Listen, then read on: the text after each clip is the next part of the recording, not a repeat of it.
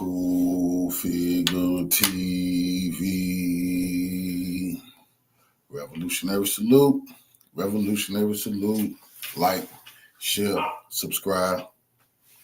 Welcome to the House of Revolution. You know I'm your humble host, the y'all mean a revolution, P. Diddy. He gets some good news, y'all. He gets some good news today. Let's see what that is. But first, be sure to wipe your feet. That means hit the like button, like, share, subscribe, support the platform, y'all. Well, Flea Diddy posted here about his bond today, but he did get some great news. The head prosecutor, the big man over this, will be resigning. Why? Is he on the tapes too? Hey, what's up, guys? How y'all doing today? Well, baby, if your name is Sean Diddy Combs, there has been some major movement on your case. The lead U.S. Attorney Prosecutor, I repeat, Damian Williams has resigned or is resigning December 31st, 2024. The only thing is there is so much more going on. Listen, Diddy's team is making a big move to get bail. You guys know that. They just filed another opposition motion for bail. The government is busy about to file their opposition. So much is going on. However, let's talk about the U.S. Attorney. Okay, Damian Williams, he is the U.S. Attorney for the Southern District of New York. Damian Williams. He's resigning December 13th, 2024. He has presided over many cases, including the current Eric Adams and Diddy RICO case. He is the first African-American to hold the prestigious position. Now get this. This is where things get weird. Damian Williams is resigning, at least he says officially, because Trump's coming into office and he is not going to be under a Trump presidency. Now, many people said that was very noble. However, a lot of people said, well, it doesn't matter. Trump said he was replacing all the U.S. attorneys anyway.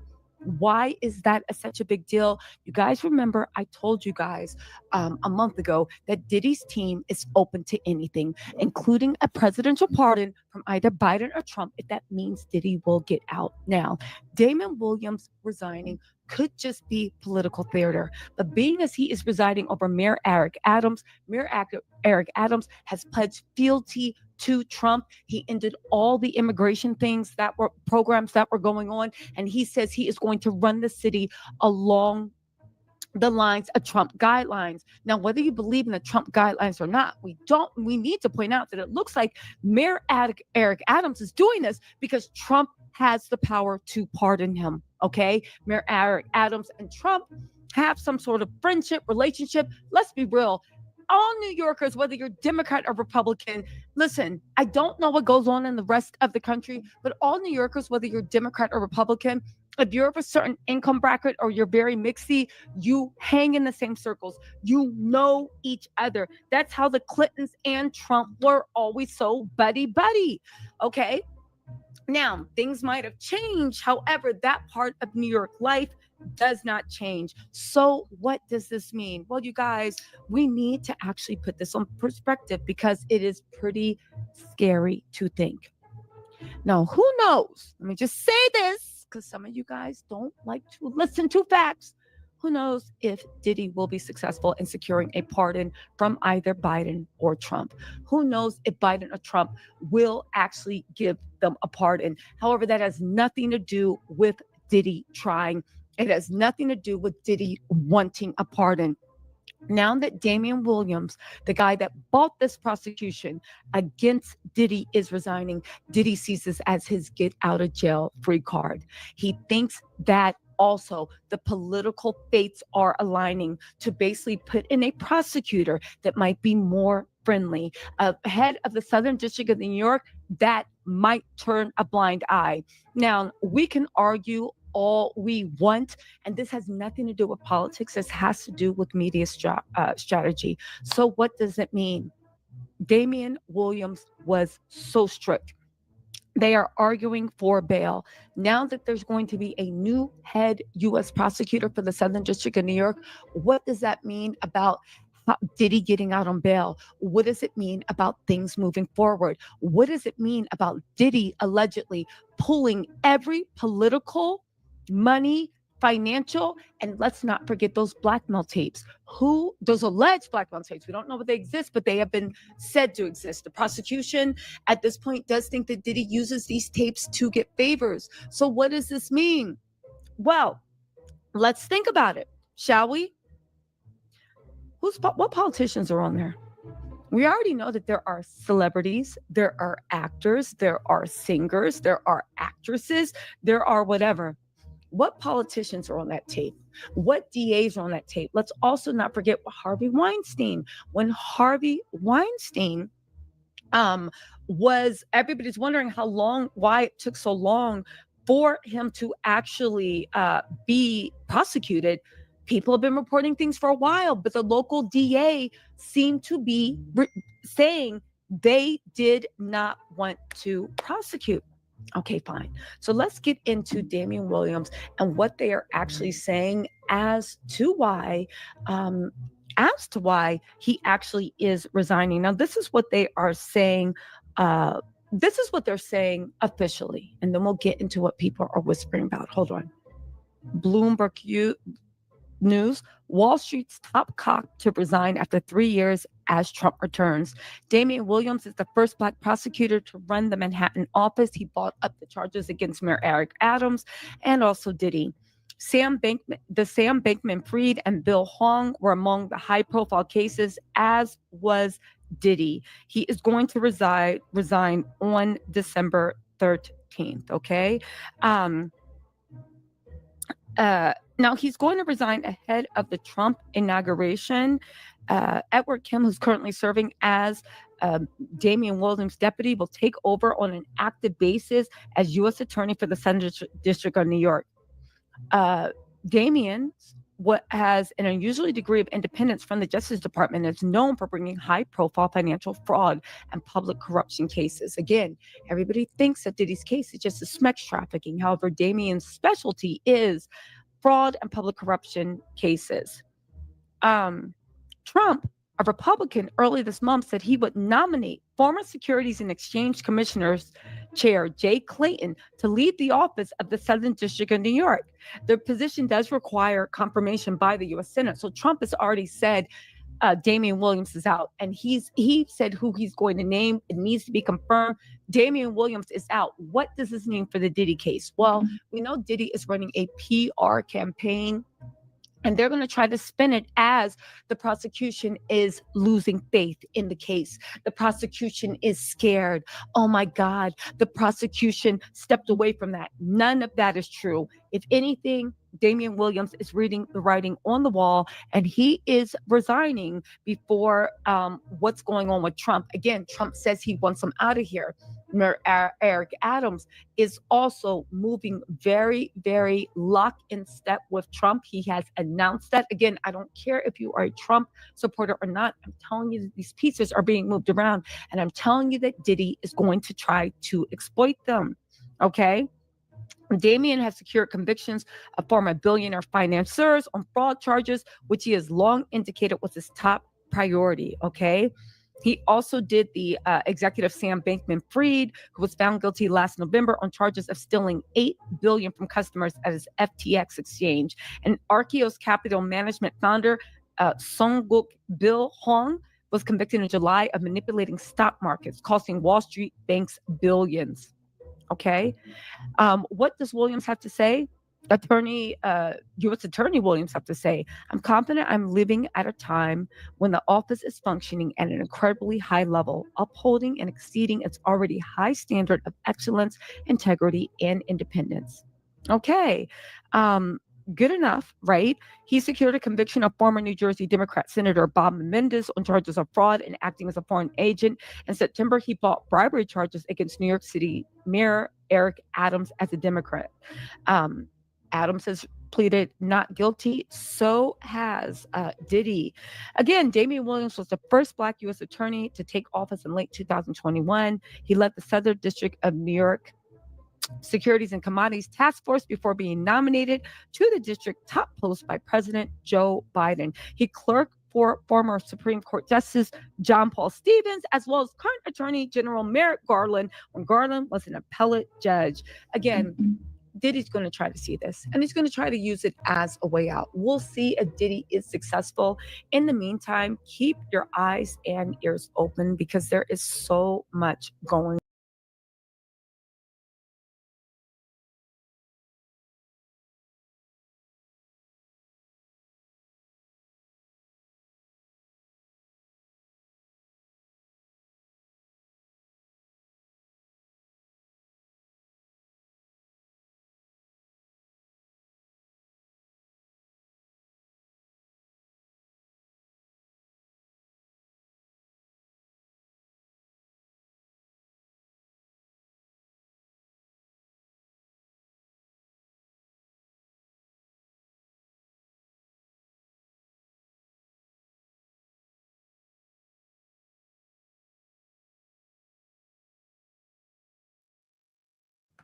While Diddy's lawyers have been waiting for the judge's verdict on whether this third attempt at bail will be successful, the U.S. Department of Justice has now filed their declaration saying that Diddy has already broken the rules again.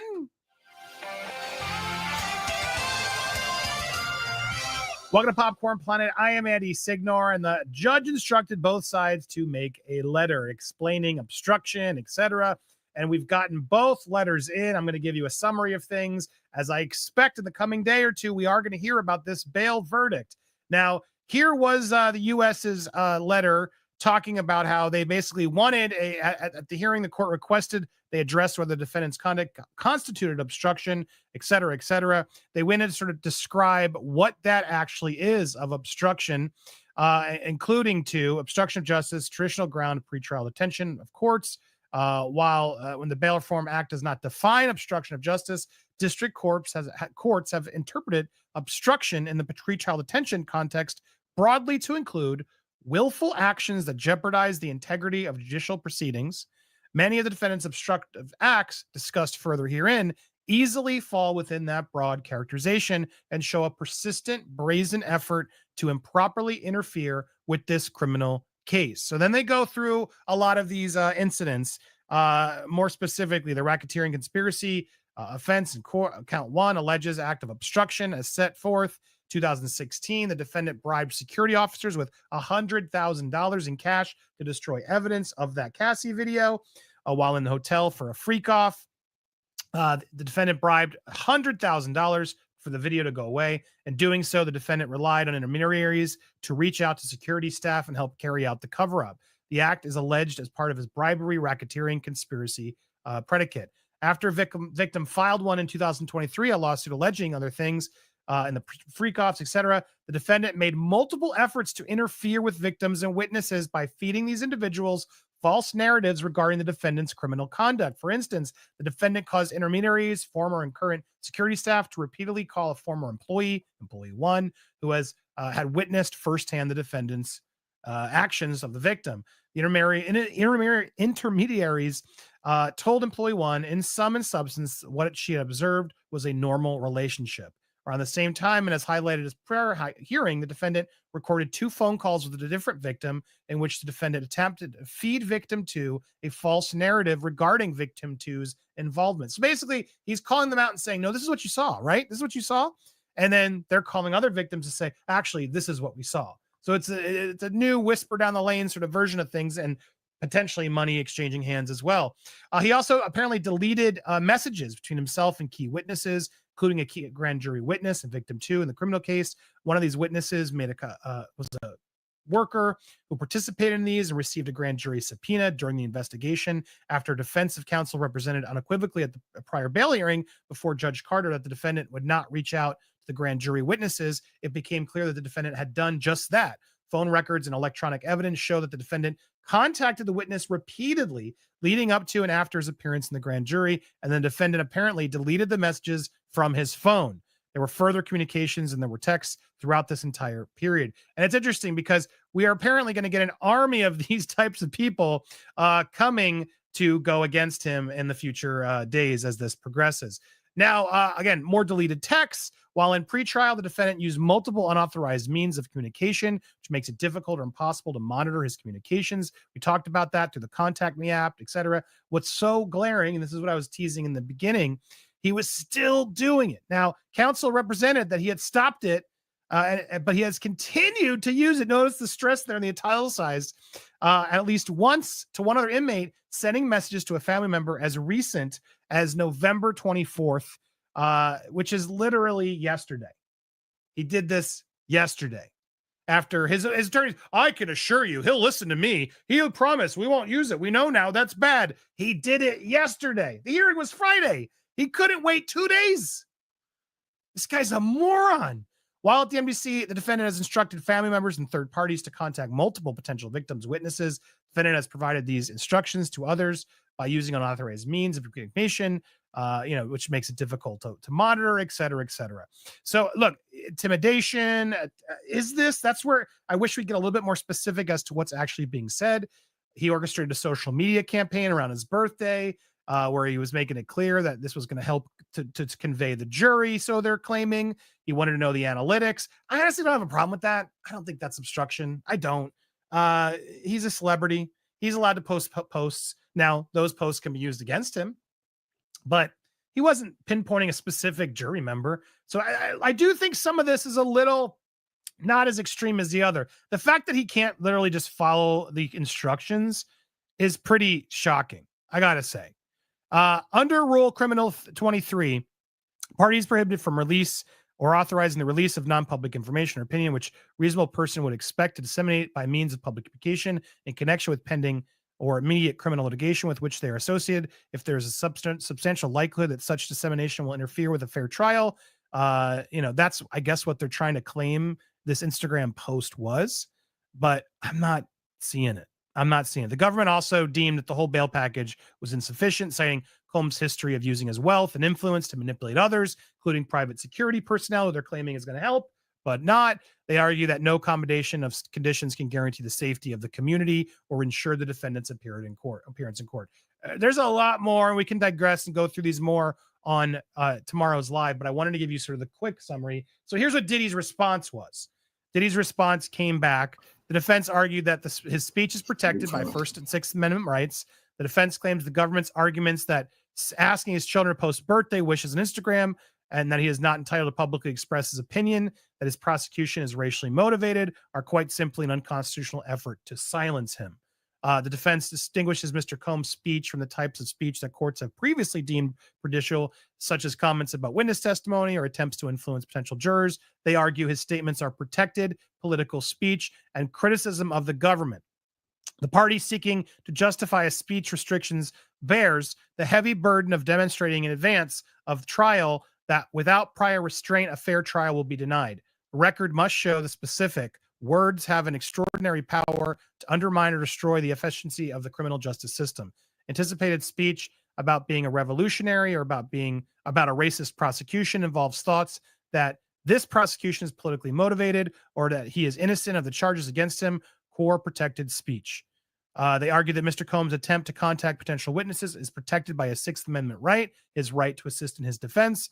They clarify that upon release, Mr. Combs will accept conditions prohibiting direct contact with victims or witnesses, but maintain that while detained, he has a constitutional right to work with his attorneys in reaching out to potential witnesses. While detained, however, and in the absence of such condition, the status quo remains that Mr. Combs has a constitutional right to assist his lawyers in reaching out to witnesses. We now await the response from the judge about whether or not Diddy will remain in jail or be at house arrest in his apartment in New York. So it's still up for debate. I honestly, I'm still shocked we didn't get one that day. And the fact that we didn't get some of the day does seem to imply that he could get it tomorrow or the next day is my guess. So we will keep you posted. We'll go live once we get the word or it's impending. So stay tuned. If you haven't already, hit that subscribe button.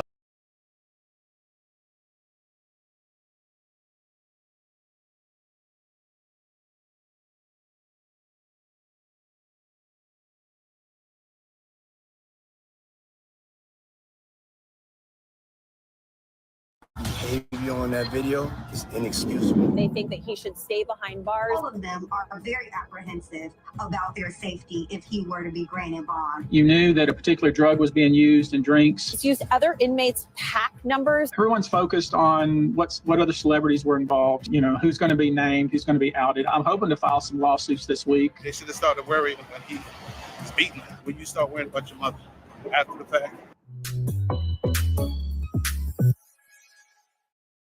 Diddy just doesn't get it, does he? This man still believes that he has a chance to get out of jail, even though I think we can all agree that he's a flight risk. He has so much money and power that if he was able to get out and get a little bit of freedom, he will be able to go and get out of the country or at least avoid these charges. And I think you guys can agree with me that these charges are important. This article reads that Diddy is in a New York courtroom fighting to get out of jail on a $50 million bond as he awaits trial, though he'll have to spend at least one more weekend in jail. Now, this is Diddy's fourth attempt to get out of jail after being denied 3 times. You'd think he'd just give up. I kind of feel like this is a strategy from Diddy's lawyers to try to keep posting this bail, asking the judge for it, and then watching them deny it, making slight amendments every time to the bail proposition, but then ultimately getting denied, which then starts to make the judge look bad. I mean, if they've denied it 4 times, 5 times, 10 times, 20 times. I mean, could the lawyer then argue that the judge just isn't reasonable? Diddy's lawyers are putting in the work trying to get this man out. I mean, you must acknowledge their dedication, even comparing Diddy's case to the case of the Abercrombie and Fitch CEO. You guys may have heard that this guy, Mike Jeffries, was arrested for similar crimes to Diddy, making models come into the US to work for Abercrombie, but really to go to these parties and do freaky things. So the lawyer is trying to leverage Mike's case and say, hey man, you know, Mike was actually left out on bail and he has similar crimes to Diddy. Keep in mind that, you know, Diddy is different than Mike. Mike is an older man. Granted, he did some really nasty things and he will serve time for those. I think this is another tactic the lawyer is using to try to confuse the courtroom. In that courtroom behind me for over an hour where both sides laid out their reasons, the government saying why they think that he should stay behind bars, and then you have his legal team saying that there are other individuals like Mike Jeffries, the former Abercrombie and Fitch CEO that was let out on a $10 million bail last month for the same charge of sex trafficking. The judge has said, listen, I want both sides to write a letter really putting a fine point on your reasons, either why he should stay behind bars or why he should be released. I will review it and give a decision next week. Now let's talk about this bail package. It's $50 million with his Miami Beach mansion as collateral. So he doesn't have $50 million laying around. If he were to fault on this bail, then they would go and seize his home. Claims he'll have around-the-clock security with no contact with alleged victims or witnesses. However, during the hearing, the judge told Diddy that because the location of his home has a dock, the location would not work, even if there is no boat there. They also discussed other potential home detention options, such as a 3-bedroom apartment in New York City. It's wild to me how many properties that Diddy owns. It just kind of further explains how he was able to operate this sick business model of trafficking people around for years. Now, this is rich because his proposal includes a 24/7 security detail, as well as 2 security guards in the apartment with Diddy and 1 downstairs. He would have access to no phones or internet except to talk to his attorneys, which would be set up by his security. Keep in mind that the security isn't like police or law enforcement. These are independent people that he's paying for. So realistically, it's a company who's being hired. And if they want to please their client, Diddy, they'll ultimately do what Diddy wants, whether that's agreeing to what the judge says and then doing something different behind the scenes. I wouldn't put this past them. The only loyalty they have is to their boss, who would be Diddy. So the security won't stay true to the court. Mark, his lawyer, said there's nothing he'll be able to do to tamper with witnesses, saying there's 0% chance that Diddy would be violent to someone else while on bail. Well, I hope so. What's crazy to me is that Mark is sitting here saying, please let my client out. Nothing will go wrong. He'll have a ton of security. But keep in mind that it doesn't really matter what you say, Mark, because your client's actions speak otherwise. He's already been caught trying to reach out to witnesses or victims. So what would stop him in the free world? Prosecutors say that Combs has been obstructing justice, Tom, from behind bars, that he's been partaking in 3-way calling, that he's used other inmates' pack numbers. That's a way that they can dial out, and that he has used at least 8 other inmates' pack numbers to make phone calls. Now, 2 judges, too many, have already concluded that Diddy would pose a threat to the community if released. And his bail attempt last month was denied after a judge raised concerns about Diddy obstructing the investigation and interfering with witnesses, something that he had already been doing behind the scenes in his jail cell. I think this matter is beyond Diddy's own comfortability. He doesn't deserve to be comfortable anymore after what he has done. We need to focus on the victims and their well-being, and while other YouTubers and influencers are being tracked down by private investigators, I must ask myself, I wonder what's happening to the actual victims here. We need to keep them locked up so that they feel safe. Is your client fearful if Diddy does get out? As you know, I represent other clients, actual victims who have sued Mr. Combs, Diddy, in civil court, and all of them are very apprehensive about their safety if he were to be granted bond. I am confident in the court. I am sure that the court will remain with their previous decision of no bond. I feel like the judge only gave this let me think about it just to not make it as obvious. But I have all the confidence in the world and the federal court in the state of New York that they will remain keeping Diddy under no bond, and that all of the victims in this case will be able to proceed sooner rather than later. Now, to really fight for this bail, they're giving a few different reasons why Diddy should be let out. And tell me who the hell thought it would be a good idea to go and challenge the Cassie Hotel video, saying that this has been edited in a way to make Diddy appear more dangerous than he actually is. Now, we all saw the same video clip, that horrific moment where Cassie was attacked by Diddy. And maybe it was edited and spliced, but I don't think it was spliced in any way that made him look even worse. If he wants us to go ahead and review all the footage, you guys know I would love to go and do that, because I don't think there's one moment in there that would make him look like an innocent man. Diddy is accusing federal prosecutors of a dirty pool, claiming they showed the judge an edited version of the Cassie video to make him look more dangerous than he is. Diddy and his attorneys filed a new document ahead of his bail hearing, accusing prosecutors of mischaracterizing and concealing critical facts. They would love it if they could throw that piece of evidence out the door, because that's one of the biggest pieces of evidence that shows that Diddy is this monster, and everyone's seen it. So if Diddy could get it thrown out of the trial, it would be a big win for him. They're claiming the government has a more complete version of the surveillance video, presumably the version the world saw when it was released, but instead tweaked the order of events to offer their most powerful evidence of danger and obstruction. So just a bunch of words to say, hey, y'all, the edit that you did was not cool.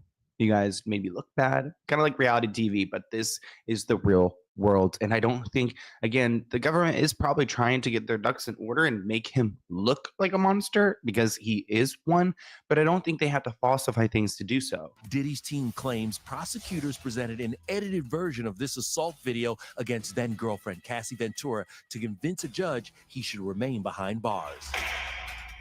My behavior on that video is inexcusable. Yeah, so the indictment against Diddy is based on trafficking, things like that. You know, what happened in the video is pure assault. However, it does help to show a course of conduct performed by Diddy, which supports what the government is saying, that he had this pattern to scare people and witnesses. Now, Diddy insists that the video shows no evidence of a freak-off, but rather a domestic dispute in which he ran down the hall of the hotel to recover his clothes and cell phone. He claims he did not drag Cassie down the hall or throw a vase at her, yet we saw what we saw. He says the video is a really sad glimpse into a decade-long consensual relationship and no evidence of a coerced freak-off. Diddy's saying that prosecutors are trying to make him seem more dangerous than he is, so the judge will keep him behind bars. Now, there are so many lawsuits being filed against Diddy while he's behind bars. It could be in the hundreds now. But this is interesting because it looks like an anonymous male celebrity files an extortion lawsuit against attorney representing Diddy's accusers. So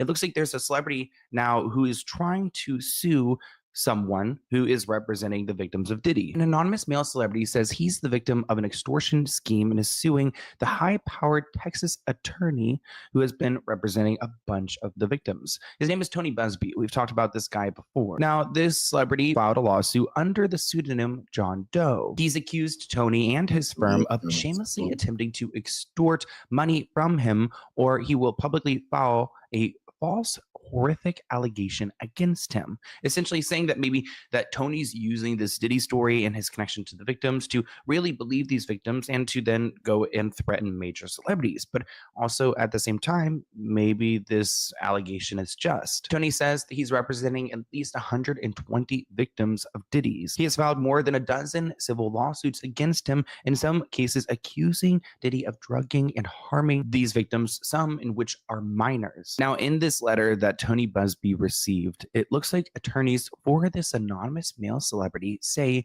that Tony characterized their famous client as being friends with Diddy based on the fact that these two attended similar events together. So whoever this male celebrity is, they live in LA, they are a big time celebrity, and they've been to plenty of parties with Diddy. So I wonder who it could be. Comment below. What do you guys think? They say these baseless accusations are nothing more than a weapon in a calculated plot to destroy the plaintiff's high profile reputation for profit. It looks like they filed anonymously to avoid any harm to their reputation, though I wonder how anonymous this will remain. I'm thinking, is it Usher? Is it Ashton Kutcher? I mean, I kind of feel like it's Ashton Kutcher. Busby denied the extortion claims against him in an Instagram post, which he wrote, "He won't allow the powerful and their high-dollar lawyers to intimidate or silence these survivors. If you are trying to hide your identity and you claim you did nothing wrong, doesn't seem very smart to take this approach. We will address it in due course.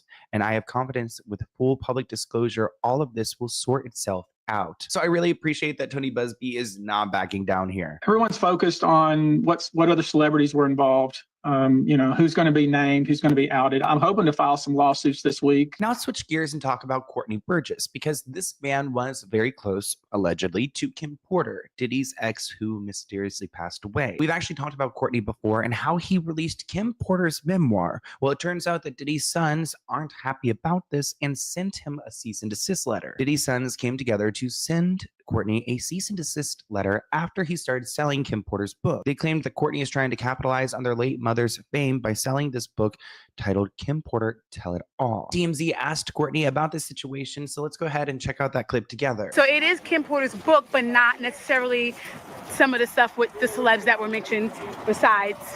It's HUGH. Nobody touched it. Oh, so it is her official book. There are some like mixed reportings on whether he wrote some of it, if he edited it down, or if it's exactly her words. Yes. And no one touched it. Nobody altered it. Nothing. So it's not the copy that the gentleman said that he was selling before. No. No. It's two different copies. That one was edited. Okay, so it looks like there's two different copies. One was edited, one wasn't. Okay, I can kind of get the confusion now. And we have the original copy. So you're saying that the other copy was an actual real copy, even though the family said it wasn't? It was a derivative work. It was edited. The only way the family say that is because I forgot his name. Oh my gosh, now I was like, is he about to say something profound? I'll be sure. Yeah. Yeah. And besides that, how they know? A lot of stuff their mother did, they didn't know. And I like to say apologize to the mother. Oh, true. I mean, how would they know? It doesn't seem like they had that close of a relationship with their mother, at least not as close as they do with their father. And the family for the picture being on front of it. Right. You understand? I didn't put it there. Right. So, they got to worry about bigger things. Right. Than what her diary was. You understand? Right. True. They do need to worry about a lot bigger things. They should have started worrying when he was beaten her. Right. When you start worrying about your mother after the fact. Damn, Courtney is now holding back. He said, when are you going to start worrying about your mother? After the fact. Courtney claims that he does have the copyright to the book and alleged that Kim gave him the rights to her intellectual property before her death in 2018. Now, Courtney is a key player here because he's actually a witness within this trial. So he's going to be there in front of the jury telling them everything he knows. Courtney claims that he has a copy of a flash drive that has data related to Kim Porter's book, which was seized in the investigation. He claims that he was actually given 11 flash drives containing at least 8 tapes involving 8 celebrities. Among those were Diddy's alleged victims. Courtney claimed 2 to 3 were minors. Courtney said that when he was working in Atlanta, when Kim was his former associate, she shared the flash drives. He also said that he received an unedited manuscript of her memoir. which is what he released. If we ever do get the details of this trial, I am fascinated to see what Courtney reveals about these people, because he seems like someone who kind of maybe slipped away from Diddy's radar, kind of close to Kim Porter, so he heard things, but not necessarily that close to Diddy. So now he's got so much information because Diddy has killed off, or allegedly has gotten rid or cleaned up some of the other potential witnesses. But I hope you guys enjoyed this video. Let me know what you guys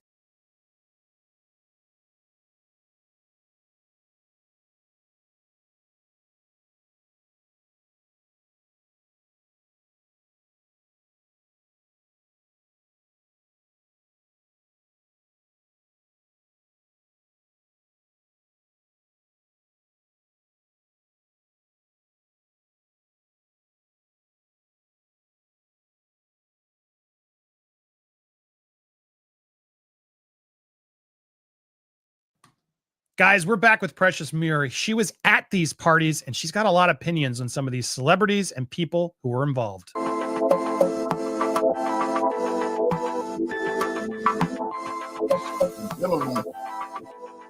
Welcome to Popcorn Planet's The Interview. I'm Andy Signor, and I'm back with Precious Muir. If you missed part 1, check that out. I'll put it at the top. You can see it right there. Click on over and then come back or watch it after. But Precious, welcome back. How are you doing? I'm good. I'm here. I'm back. So honored to have you. You said some really important stuff in part 1, and I'm glad you did. Really, I think it's important to hear just the safety that people need to be prepared for in this industry, and also the shaming of the shameful attitude to some of these people throw out to these victims and women who are out there in these parties just trying to have fun, not cause any drama, not get drugged. I wanted to get your thoughts. Normal stuff. Exactly. People can be adults and have fun at parties without it turning into a Diddy party.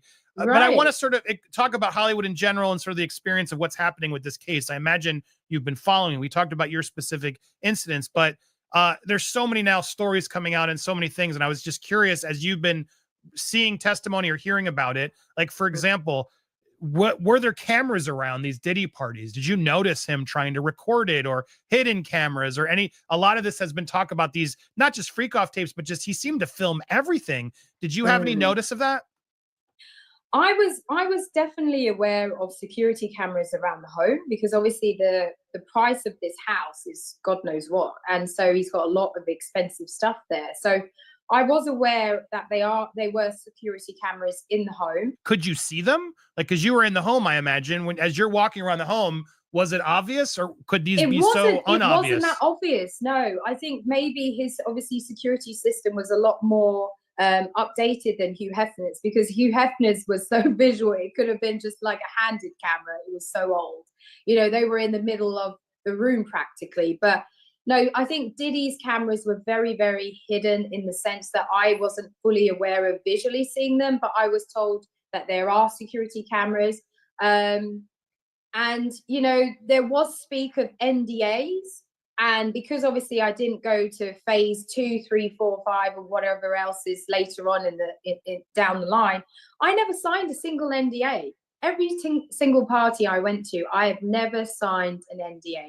That's interesting. So, because you mentioned as phases, so is that what it is? Because there other women have talked about going into the other rooms or other parts, like the after party. Is that how you would label it? There are phases of the party. There is no way that you are in the phases further down the line after the main event and you're not participating in any way.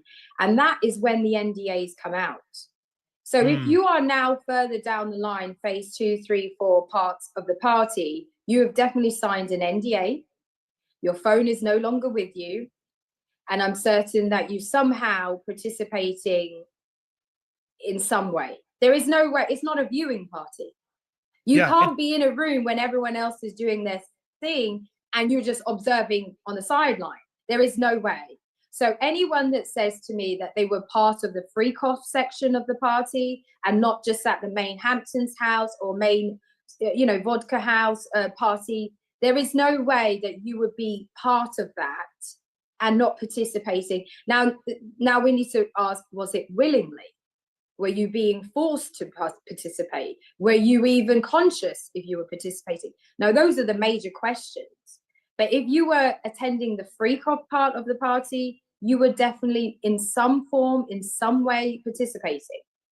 That's a real, I mean, no one's really said that as eloquently as you just did. And I'm realizing it because exactly like Tony Busby's out there with these celebrities trying to pay it off. Like, oh, they were there, but. Babe, if you signed an NDA, there is a reason why you had to sign that NDA. Now, obviously, I'm talking about 2007. So we had the worst phones possible. We don't have the amazing phones that we have now. So they never took my phone away, but they surely were watching me when I took it out. And that was just the main party. There is no way that I could have taken that phone in phase 2, phase 3, phase 4, whatever else happens later on in the evening. Right. There are rules and regulations to this. There's no way that you can participate or be a part of this, you know, there is no way. Could you see the other phases though in your peripheral at least? Like I could see the progression of the party and where it was going. I was fully aware of where it was going. All day everyone's drinking, all day everyone's taking drugs, you know, whoever participates in drugs. Everyone's all over each other by then, kissing, touching, groping. Girls are half naked, fully naked in the pool, jumping and you know, God knows, there's loads of things that I saw, and kissing and groping and touching and fondling, and I heard sex in the bathrooms. You know, walking past bedrooms, I heard sex going on as well. People do drugs in the bathrooms, come out. I've seen residue of whatever they've just left behind with whatever the thing that they was using to sniff the substance. Once you've been there all day, where do you think it's going to go? How much did Hollywood and all these people that are there really know to the extent that it went, do you think? Because there's a lot of there's a lot of sort of excuses going around like, oh, it was consensual. Like this happens in Hollywood. Like, is it safe to say they all knew what was going on? Let's put it this way. A young lady from London, England, comes over and goes to her first party in the Hamptons in 2007, and she figures it out within the few hours that she's there what it's about. So you tell me if they know about it. You were there, a newbie, and you immediately knew, oh, not only know it's, but I know where this is going to head. I mean, after I've been drugged at the vodka party, I started to think there's not some, you know, it's not quite what it seems. Right, but you would know, then you're really looking at it closely. Figure it out, and was like, you know, I mean, you can't say that you don't know anything. You have to have heard a few things. You must have witnessed a few things, and you saw some stuff. This is why it also prompted me to speak up, because at the end of the day, some people, not hardly anyone was speaking up, but the handful that did were coming out and saying, it was fine. It was a normal setting. It was just a party. Oh, sex is sex, and that's just how Hollywood is. I'm just like, what kind of party? What are you talking about? Like, this is not normal behavior. And that's Rich coming from a playmate at the Playboy parties. I'm actually curious, which was worse, the Playboy parties or the Diddy parties? I would say Diddy parties are slightly worse, because the fact that you have children in attendance. Now, I said I saw children at Hamptons parties because I did. I saw them with maybe who they are with, but people brought their children to parties of this nature. At least with Playboy, he kept those parties separate. That is the only significant difference that I could really see and say, hey, at least Playboy didn't allow children to come into an adult space. I think parents that are involved in this situation must be held accountable. Well, you've talked about this specifically with Justin Bieber. You've been pretty critical of his parents. Like, how on earth did his mom let this happen? Every single artist that was allegedly assaulted in some way, manipulated, violated, where were the parents? Where were these parents? I don't understand that somebody so young doesn't have somebody on their side around them. If you're an artist and you're going to a hotel room and you're, 10, 15, 16, whatever the ages that they come out and said allegedly happened to these young people, where the hell was their parents? Why would you send your child to a hotel room by themselves? I imagine you've been reached out to by a lot of people now that you've been outspoken. Is that safe to assume that you've now heard more horror stories from these parties? That's what I'm saying. People are coming out and saying a lot of things to me. They're sending me DMs. They're sending me their past experiences. Friends are sharing stuff with me. Other friends are sharing stuff that somebody else told them. People are talking. People are talking about their experiences, and it's good that it's coming out because it's not just about Diddy. It's not just about these other people around him. This is also happening amongst other parts of the entertainment industry as well. He is just one man. There is multiple monsters amongst this kind of crazy inner circle that we're in. There are stories of celebrities buying these tapes, these instances sort of remove themselves from the equation. What is your opinion on that? And do you have anything you've heard or you care to share? I mean, do you like to hear this, that some of these celebrities are going to be able to buy themselves out of this? No, I don't like that. I don't like the fact that, you know, some of the people that are involved in the situation in some way are able to just compensate the victims without it being public, because then it doesn't stop the issue. It doesn't stop them from possibly doing it again further down the line. The real reason that we're supposed to be speaking up and saying it is not about compensation. It's not about giving that victim X amount of money so they can shut up. That's not the reason. The whole movement of this situation is to prevent monsters from violating and creating spaces that make young people, young talent uncomfortable. The more we keep not talking about it and allowing these monsters to keep this whole process going, it's only going to get worse. And the next generation has to deal with it. And the next generation has to deal with it. When does it stop? No point of these celebrities paying off the victims. We need to know who it was and what they did, so then it doesn't happen again. So well said. Sadly, everyone's just so fascinated with the names, right? It's weird how it's all come about who's on the tape rather than actually trying to get the justice is what I'm sadly seeing more and more. But I do have to ask, is there anybody else out there you do feel like needs to be called out? Because look, we don't want to call out victims. I've seen a lot of people trying to almost sell these tapes or try to extort and blackmail celebrities. Like, you better buy it before the tape gets released. And I can't, that just makes me sick to my stomach. But for me, it's a really sick situation as well. Because I don't think I've said this as much, and I should have. What I believe, this is not the situation. I feel is less about the sexual act. I feel like that Diddy could have, or any of his inner circle could have found people to participate in this kind of sexual behavior, right? They can find these crazy people out there. There's people out there that enjoy this type of stuff. But instead of finding people who are willing to participate, allegedly, he has gone out and done it in this way. And it's a form of manipulation. It's a form of control. It's a form of, now I'm going to blackmail you so you can do this for me. But he could find people that are willing participants to do this type of behavior, who are of a legal age.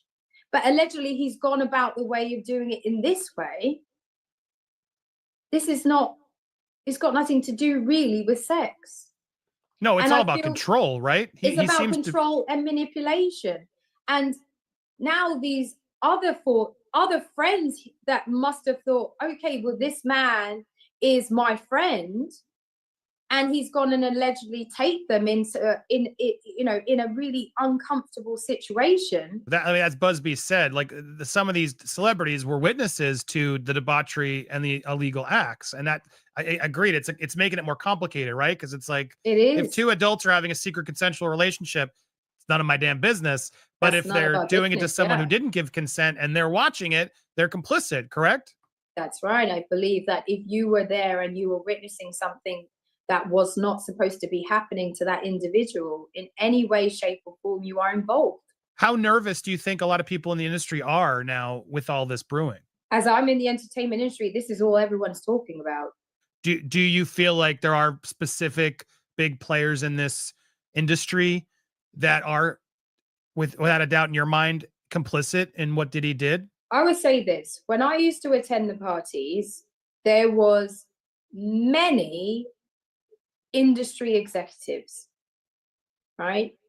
Executives that are much higher up in the industry than Diddy will ever be. They were there. I met them. And those people that were there at the parties, there was a lot of executives that were present who were fully aware of certain things. I'm very certain of that. Because there's no way you could be present and not know. And maybe even went to those other phases of the party. Like you said, anybody there knew where it was headed. So I will ask that as we wrap it up. That's why I got the hell out of there. Smart. Did you see walls of baby oil? I don't mean to make light of it, but my God. I don't know. Now, that's a lot of baby oil, no? I never saw any baby oil. So I guess I missed out on that part because everyone was obsessed about this. I saw condoms, I saw condom wrappers, I saw drugs, I saw loads and loads and loads and loads of alcohol. I never saw this baby oil that they keep going on about. So I guess I missed out on that. I don't know. I never saw any of that. Wild. Well, more is unfolding. It's such an honor to meet you. And I'm going to say it because I've been trying to get a lot of people on, and some people are really all about the money. She never was. This was not what it was. So I want you to go promote her directly. I'm asking. She's not asking you. I'm asking you because I like to support the real ones out there. And she's real one. So go over to her Instagram, guys, if you appreciate what she's saying. Precious Muir, follow her. And if you can afford, hit a subscription. She's got a lot of stuff coming. Can you, what's coming up on your Instagram? I saw you just launched anything exciting the fans should be aware of? Oh yeah, I've got lots of TV products coming up in the new year. So that would be really good. You get to see behind the scenes and all the stuff that I get to film and some of the stuff that doesn't make Instagram, main feed. So it really is a good way of seeing what I get up to during the day.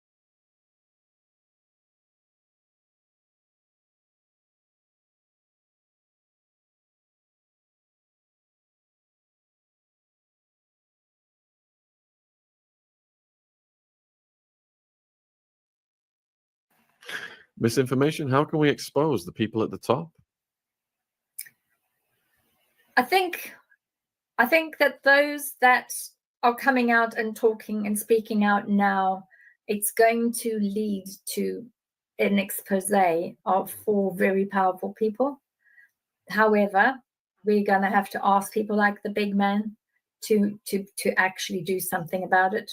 And I think that because he's very much for saving the children, I think he will, once this comes out and there's enough evidence, I think he will make a decision, and that could lead to his demise. But generally, that's the only way we're going to do it, is people need to be brave and speak their truth. And people like Courtney, he needs to make his decision and, speak the truth, shame the devil.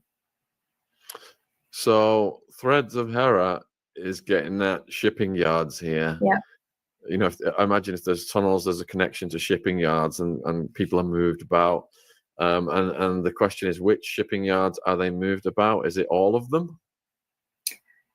I will say that some of the shipping yards do already know that this type of thing is happening, because when they walk past the 6-foot containers, they can hear the children screaming inside. We make enough noise. Well, we used to make enough noise. That's why they just drug you more. But there are those where some shipping yards are saying that specific shipping containers from specific organizations, they refuse to handle the goods, in inverted commas, anymore. And they've stopped because it's too stressful for security individuals walking around at night policing to hear the children screaming, and they've stopped doing that. And that's fantastic. I think that's great. If more shipping yards actually say no, they would have to rethink things. What is the significance of Princess Diana dying by a tunnel? In a tunnel, yeah. Well, there's no surprise there. That's where all of the energy is enhanced in a tunnel. Also, if you look at how things were moved forward, part of that those energy spikes are always amplified inside a tunnel. And there's a bit of a correlation between certain individuals as well. But if you have a look at her amazing energy and her kindness and all the good things that she did, that was something that needed to be stopped, and that's why she was killed in a tunnel. What about remote viewing Madeleine McCann? That would be a really good one. So yes, I would be happy to RV Madeleine McCann. All right, so we've got that to look forward to in the future, folks. Let's see. Is there prisoners in dungeons? Are there prisoners in dungeons? Prisoners in dungeons, as in multiple dungeons underneath areas, yes. If you're referring to the dungeons I mentioned in my book, yes, there are dungeons. They're all over the place. There's hundreds of them. But there, you know, you will be so surprised which houses and which places have got dungeons, because there are a lot of dungeons and a lot of prisoners are kept in those dungeons. You know, look at John of God. He had his own dungeons where he was breeding children for the babies for the open market.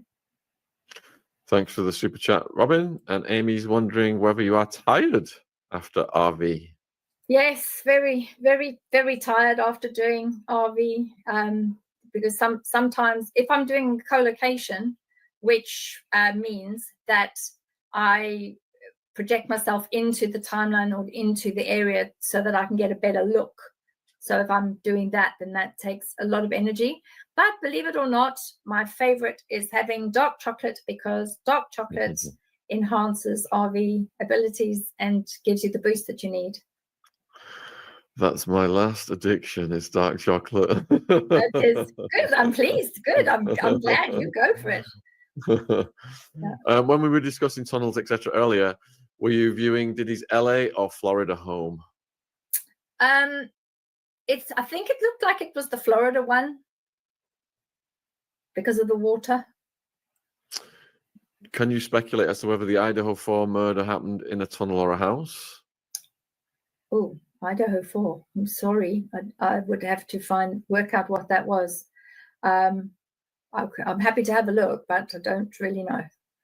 Is Lucifer a physical being located in water, or is spirituality more ethereal? That's a good one. Shaitan. It is a good one. Yeah, that's a really good one. This misinformation, she really comes up with some good ones, doesn't she? Well, I can only go by what I've seen, and in summoning, the thing, it does appear in solid-ish form. So I would say that it, because it's not a he, it's an it, it is neither physical nor in an etheric body, because it can do both. And it can move in water without any problem at all. It's very easy. Water's the easiest thing to move through, actually. Are the tunnels connected to children's hospitals? Some are, yes. Some do. And that's where some, and it's not just children's hospitals, some hospitals have individuals that are working inside the hospital that make sure that where there is a little soul, perhaps, that they say they're taking downstairs to incinerate, might not make it to the incinerator. Imagine someone connected to care homes, because that's where they source from, isn't it? Yeah. All right, so Light of Truth. Do you remote view the Galactic Federation in Antarctica? Yes, I've been twice to the base in Antarctica. Was that good? So this time I got into a lot of bother because they saw me, which, yeah, so I scooted back rather quickly, but then I wasn't going to get put off because I wanted to see something specific, and then so I waited a couple of months and then I went back.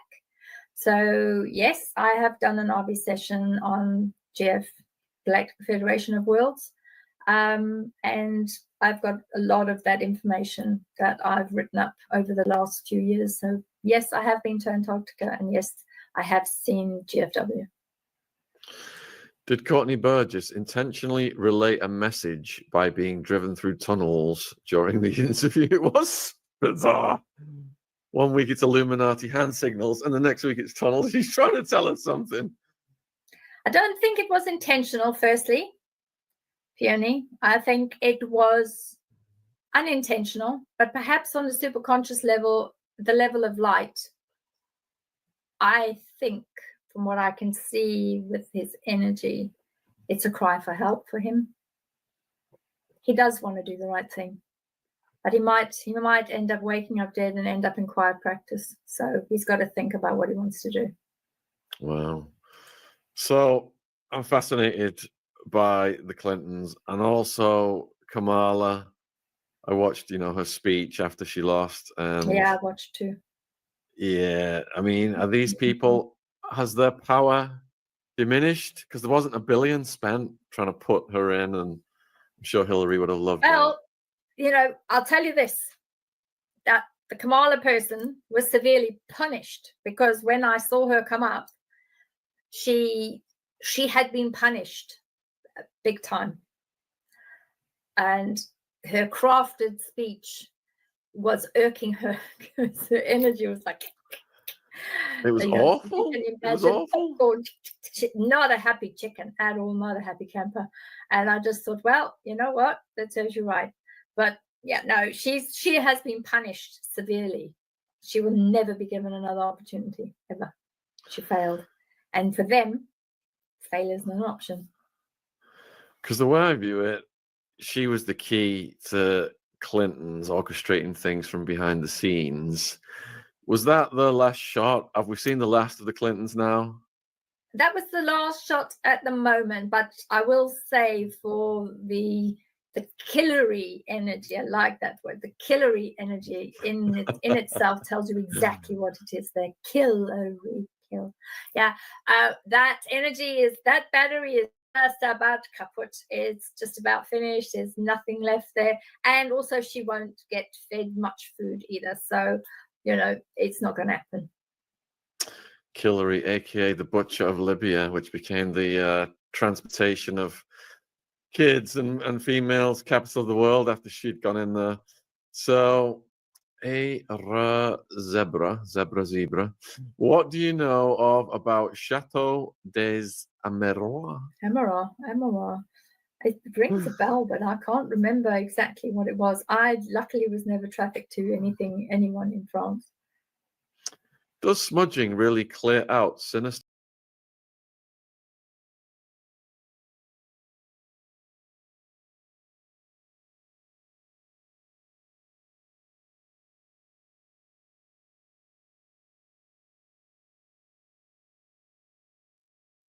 Jail cell raid? Did he actually demand that others dig up dirt on victims? Good evening. I'm Nancy Grace. This is Crime Stories. Thank you for being with us. Breaking news tonight. Diddy went.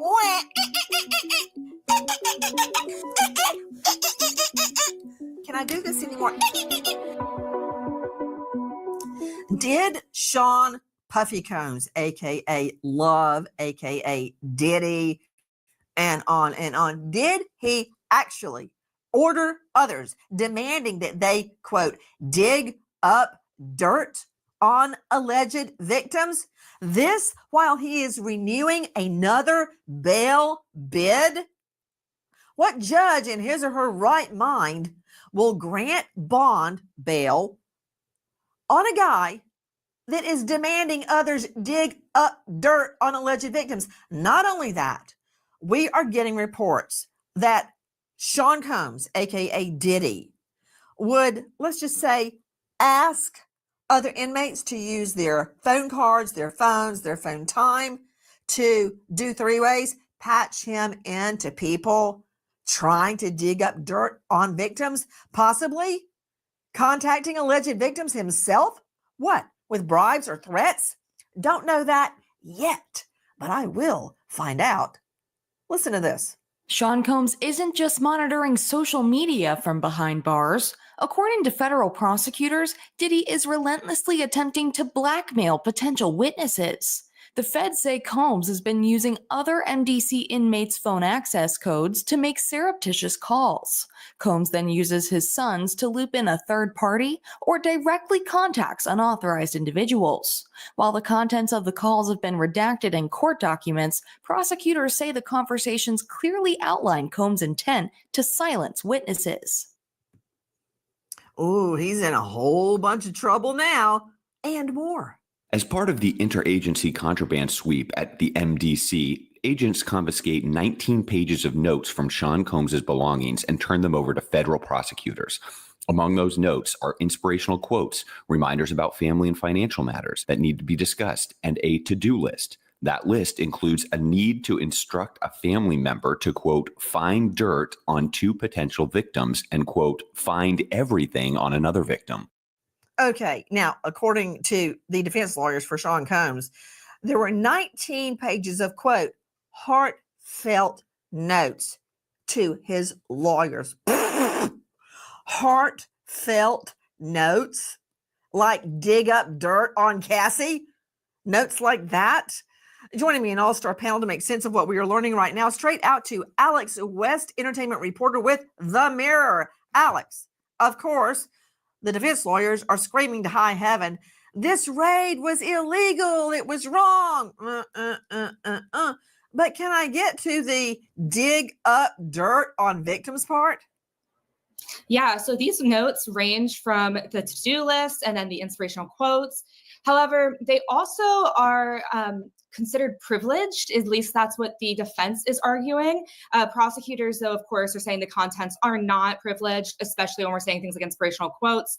But they're saying it was privileged. They're arguing that that is not something that could have been taken by the prosecutors, the investigators, and yet it was. And the judge is now ruling that those 19 pages have to be destroyed and not used in court. Eric Faddis joining me, high-profile lawyer, founding partner of Varner Faddis Elite. Faddis, inspirational quotes? Really? You know, it's a dark scene there in the jail. He's got to keep his spirits up, and there's nothing wrong with him having inspirational quotes. What he's saying is wrong.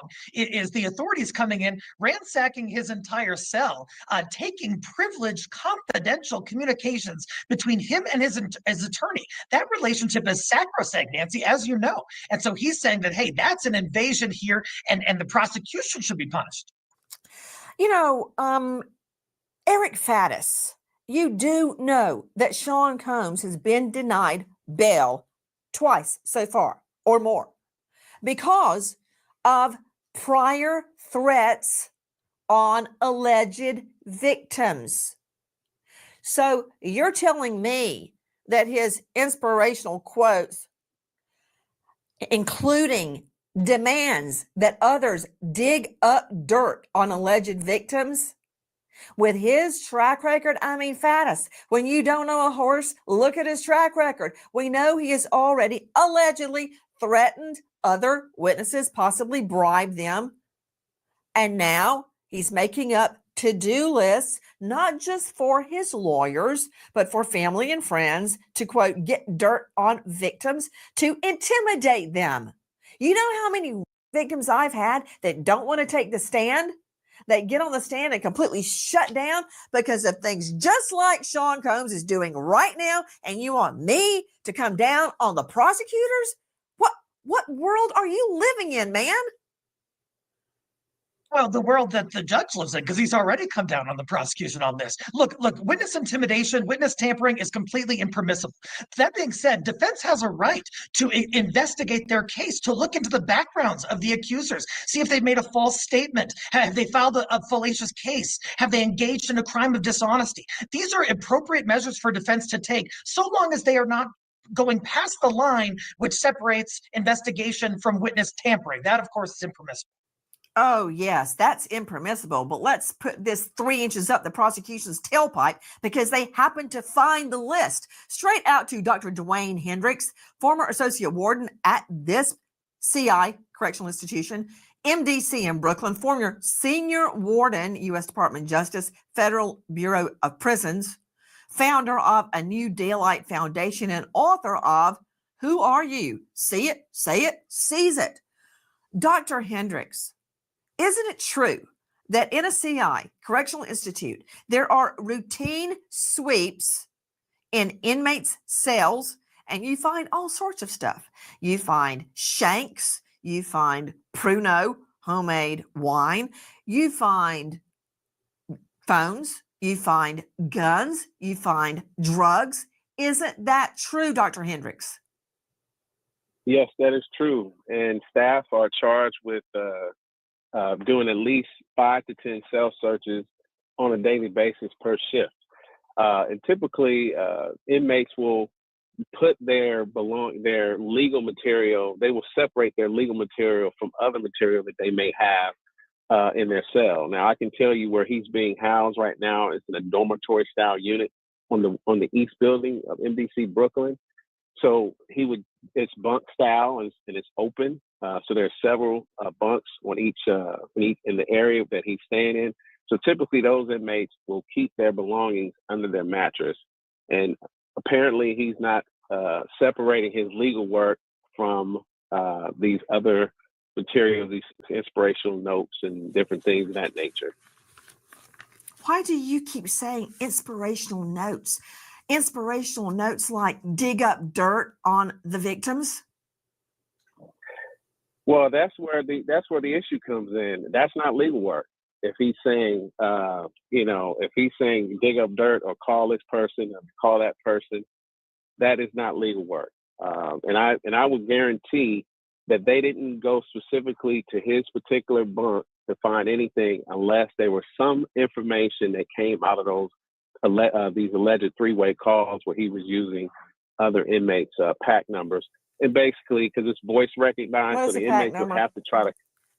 A pack number is a number assigned to each inmate when they come into the prison, and when they set it up and it's voice recognized. So if someone's there, they'd have to dial a number and then they'd have to say their name, and then it would link up with that pack number that's assigned to that person. Then they would call a contact that's on their approved list, and then once that person got on the phone with them, then they would ask the individual on the line to say, hey, now dial this number make a three-way call with this number, and then I will hand the phone over to whoever's trying to make that legal three-way call. And apparently he did that. Dr. Hendricks, let me ask you a question. Isn't it a violation of jail policy to use other people's packs? Yes. And he probably lost his phone privileges once they found out that he was using these other inmates' pack numbers to make these three-way calls. And obviously he needs to understand they're monitoring all those inmates' calls in his unit, because now that they did a threat assessment and put him in a general population unit, he's more likely housed with other individuals that's probably charged with sex offenses or former law enforcement officers who are pending charges. To Dr. Bethany Marshall joining us, renowned psychoanalyst out of LA, author of Deal Breaker. You can see her now on Peacock or find her at drbethanymarshall.com. Dr. Bethany Marshall, second verse, same as the first. The rules don't apply to Diddy, do they? They didn't out here in civilian land, and they don't behind bars. He's using other inmates' packs to use their phone access. He is directing other people, demanding that they dig up dirt on victims. You know how hard it is to get a victim to testify in front of a packed courtroom, to be the subject of derision, to be attacked on cross-examination about their motives for coming forward.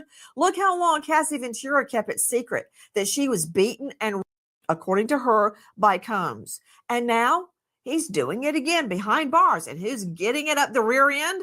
The prosecutors. That's right, Nancy. Two things stand out to me. One of the things is that probably his children were on the approved caller list. And allegedly, he is instructing one of his children to get in touch with a victim and get dirt on them. So think about that, using your own children allegedly to commit a crime. The other is that victims are extraordinarily ashamed because on some level, they were there and they participated unwillingly. And that unwilling participation becomes confused with willing. And then they really want to hide. They feel that they're going to be cut off from society. Let me ask you this, Faddis. You were a prosecutor at one time. You ever seen a shank? In photos, yeah.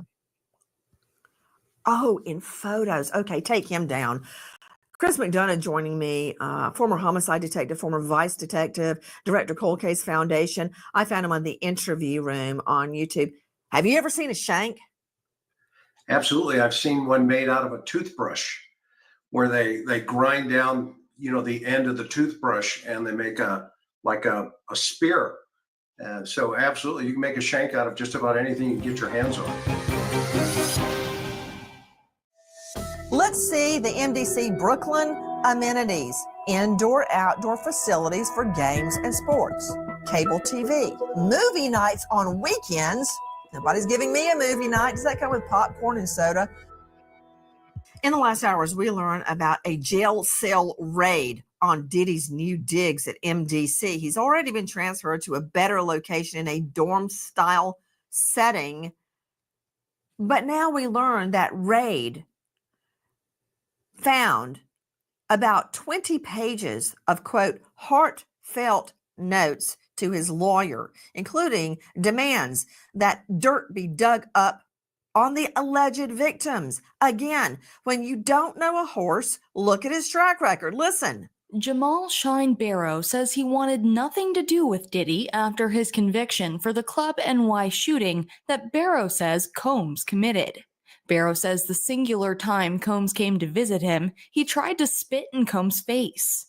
After serving 10 years, Combs convinces Barrow to meet and gives him $50,000 as restitution for taking the fall.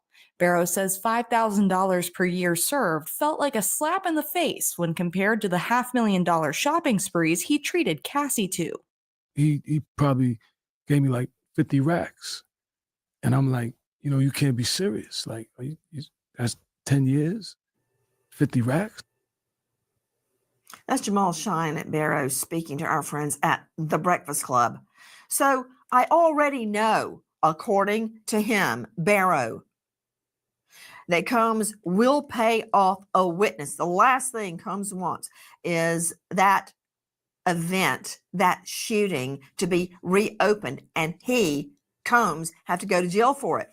We know, isn't it true, straight out to Alex West, that Cassie Ventura did not comment or call police or report the beatings and alleged on her. It didn't come to the consciousness of the public until the video of Combs beating her openly, chasing her down, kicking her. Until that came out publicly, nobody knew what had happened. He kept her quiet. Yeah, she remained quiet. She did not go to police. And that's the same for most of the alleged victims. They did not come forward until it was this time to file the lawsuits. After Cassie's lawsuit, plenty more came forward, but they did not previously speak about it, including some of the children. There was a child who claims to have auditioned for him, and he was instructed to keep it from his parents. And eventually he did say that he came and spoke with them, but he was scared. He kept quiet for a long time. And when the video of Cassie came out, that's when the general public knew, because she settled with him within a day originally. And then the video came out and the public, was able to physically see that. And he even took responsibility, but not until the video came out. I guarantee you, Sean Combs' defense will ask the judge to have all of the sex trafficking charges thrown out based on prosecutorial misconduct, alleged prosecutorial misconduct. During a jail cell raid, many pages of handwritten notes were found in Sean Combs' jail cell, including directions, demands that others dig up dirt on victims, that and more. Prosecutorial misconduct claims, usually unfounded, give a black eye to the prosecution. And I guarantee you there will be a demand this case be thrown out based on the raid. But what do prosecutors say? Listen. Prosecutors argued there has been no wrongdoing as the notes went to a filter team to confirm they did not contain privileged information before prosecutors ever laid eyes on them. Federal agent Mary Slavic says her team acted in a completely appropriate fashion in regard to the 19 pages of documents. Alex West joining us from the Mirror. I'm not sure that the prosecutors realized a raid was being conducted on Combs's jail cell. You know, that's the thing, is the defense are claiming that the U.S. Attorney's Office, prosecutors, the investigators, and those within the prison were working together. We don't know for sure. Obviously, those conversations are happening in courts and they're making different claims. However, the raid did happen. They did write that in their court documents, saying that the raid prison, that's how they found out this information, both the calls and also the personal notes. And then the defense hit back immediately. And, you know, they say they use the filter team and the judge is aware of that. And they still said they need to throw these documents out. To Dr. Dwayne Hendricks, who was associate warden at MDC, when routine raids are done on jail cells, do the prosecutors downtown in the courthouse know that raids are happening? No, not in a specific thing where this raid happened, where the whole jail was being searched for weapons and hard contraband. However, there had to be, because the MDC has their own legal counsel, a legal counsel team on site. And I've never seen where there's photos of notes taken from a self-search unless there were specific instructions to find something specific. So my assumption is something came out of those phone calls that were recorded when he was trying to use the three-way calls.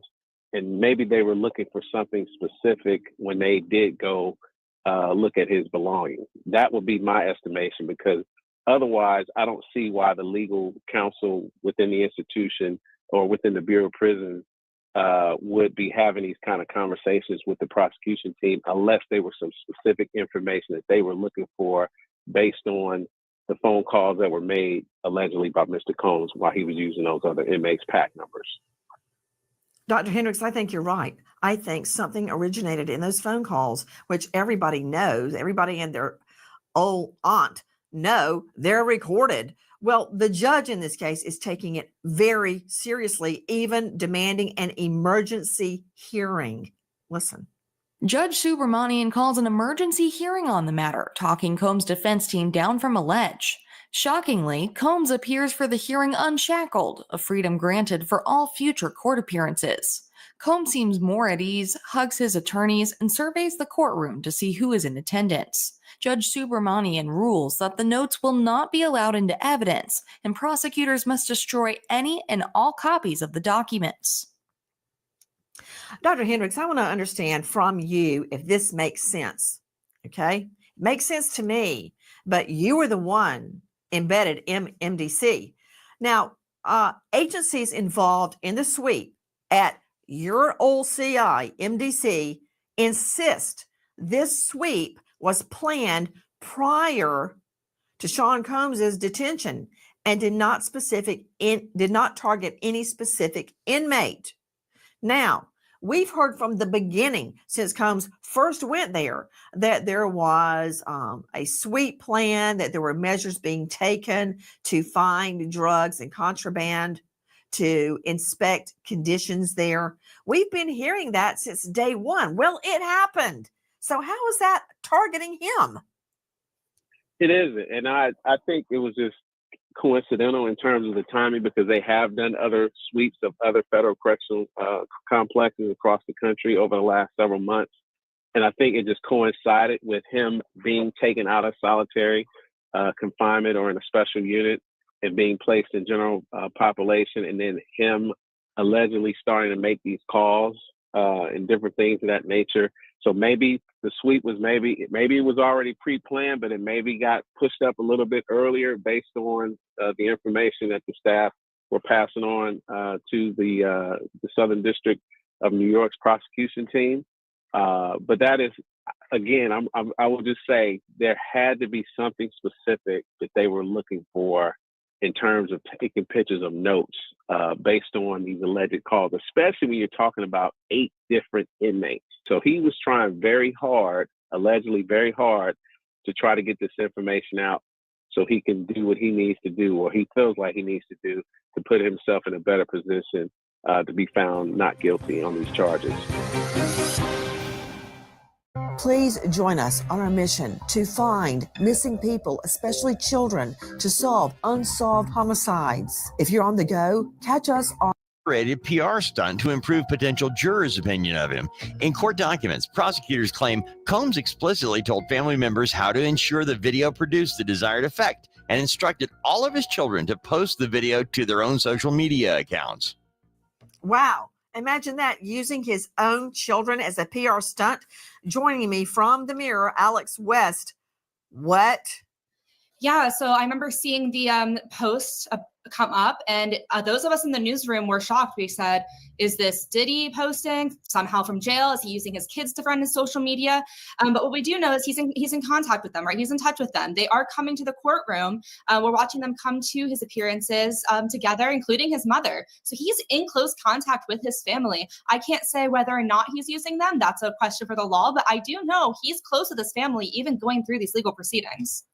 Okay, just hold on just a moment. You don't see any connection here? Dr. Bethany Marshall, please. They do a sweep of his jail cell, which they've been talking about for months, that they're going to investigate MDC about its conditions, and they're going to do sweeps of jail cells. Well, they did it. After they do it, now allegations are emerging that this, you know what, let me show it to you, that this birthday wish and showing his children, asking him to stay strong and so forth and so on, was just a big stunt. I wonder if that was discovered from the documents and the to-do list found in his jail cell. Watch this, Bethany. Say hey, Chad. Happy birthday to Mom. We love you. Chance is right here too, if you can hear. On the phone. One more time.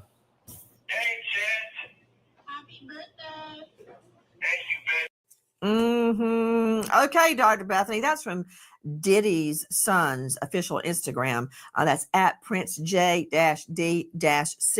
What about it, Bethany? Imagine Sean Combs using somebody. Oh, right. Hard to believe, right? You know, this might be hard to believe, but some families actually organize themselves like cults, with the dad, the person being at the top, being almost like a cult leader where all benefits flow upwards to the parent.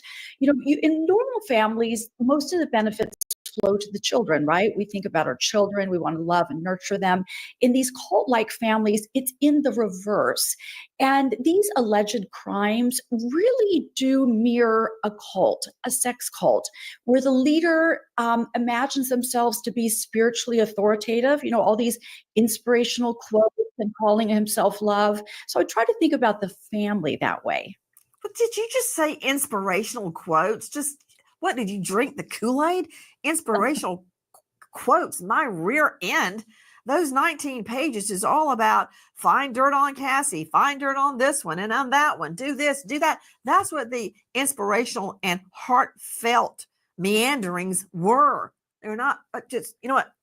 I can't hear you right now. Watch this, Bethany. Up yours, King Combs. And right now I'm taking over my pop's Instagram. We're gonna be posting videos by spreading, you know, good energy and taking y'all down memory lane and all the positive things he did. So stay tuned and watch this. Let's go. We love you, Pops. Happy birthday. That's from Diddy's official Insta page. You know what? Let me go out to Shannon Henry joining us, in addition to Dr. Bethany Marshall and Alex West. Shannon Henry is president and founder of SASS-GO, S-A-S-S, Surviving Assault Standing Strong. It's a nonprofit whose mission is to stop trafficking and violence on women. Okay, just pause for a moment, Shannon Henry. Did you see where the Sun is trying to, quote, spread good energy and taking us all down memory lane with all the positive things Sean Combs did? It's hard for me to even look at any of those positive things, knowing that the weekend before he had a freak off where women claimed they were drugged and raped. I was chomping at the bit to get in here and speak to this, so I'm glad you came to me. Nancy, this is the abuser's playbook on steroids, and he's doing it through his children and other people in the prison system. He's even convinced a jury or people to say, hey, let him be unshackled when he comes into this courtroom so that there's no bias against him, which amazes me because that road runs both ways. They could also presume that he's innocent because he's not in shackles. So he continues to rob people. He exploits individuals all the time, and he's in control, again, from prison. It's amazing. You ever wake up one morning covered in baby oil with your rear end hurting, Ritter? I have not. No, I cannot say that I've experienced that, but Well, I lucky will you. say- I guess you didn't go to a white party. That's what this is about. It's not really about the jail cell sweep. It's not about Sean Combs using multiple other inmates' pack numbers to conduct three-way phone calls, to orchestrate digging up dirt on victims. It's about what happened to the alleged victims. We can make jokes about it. We can make light of it when it gets too much to think about. But this is what it is. Women and men claiming they were drugged at these so-called white parties and these so-called freak-offs, waking up realizing that they had been, only later to learn, according to them, that the whole thing was caught on video. Them naked, their private parts, the acts done upon them without their knowledge. That's what we're talking about. Let me just bring it home. Victims go the rest of their lives suffering. They have flashbacks. It affects the way they live from that point forward.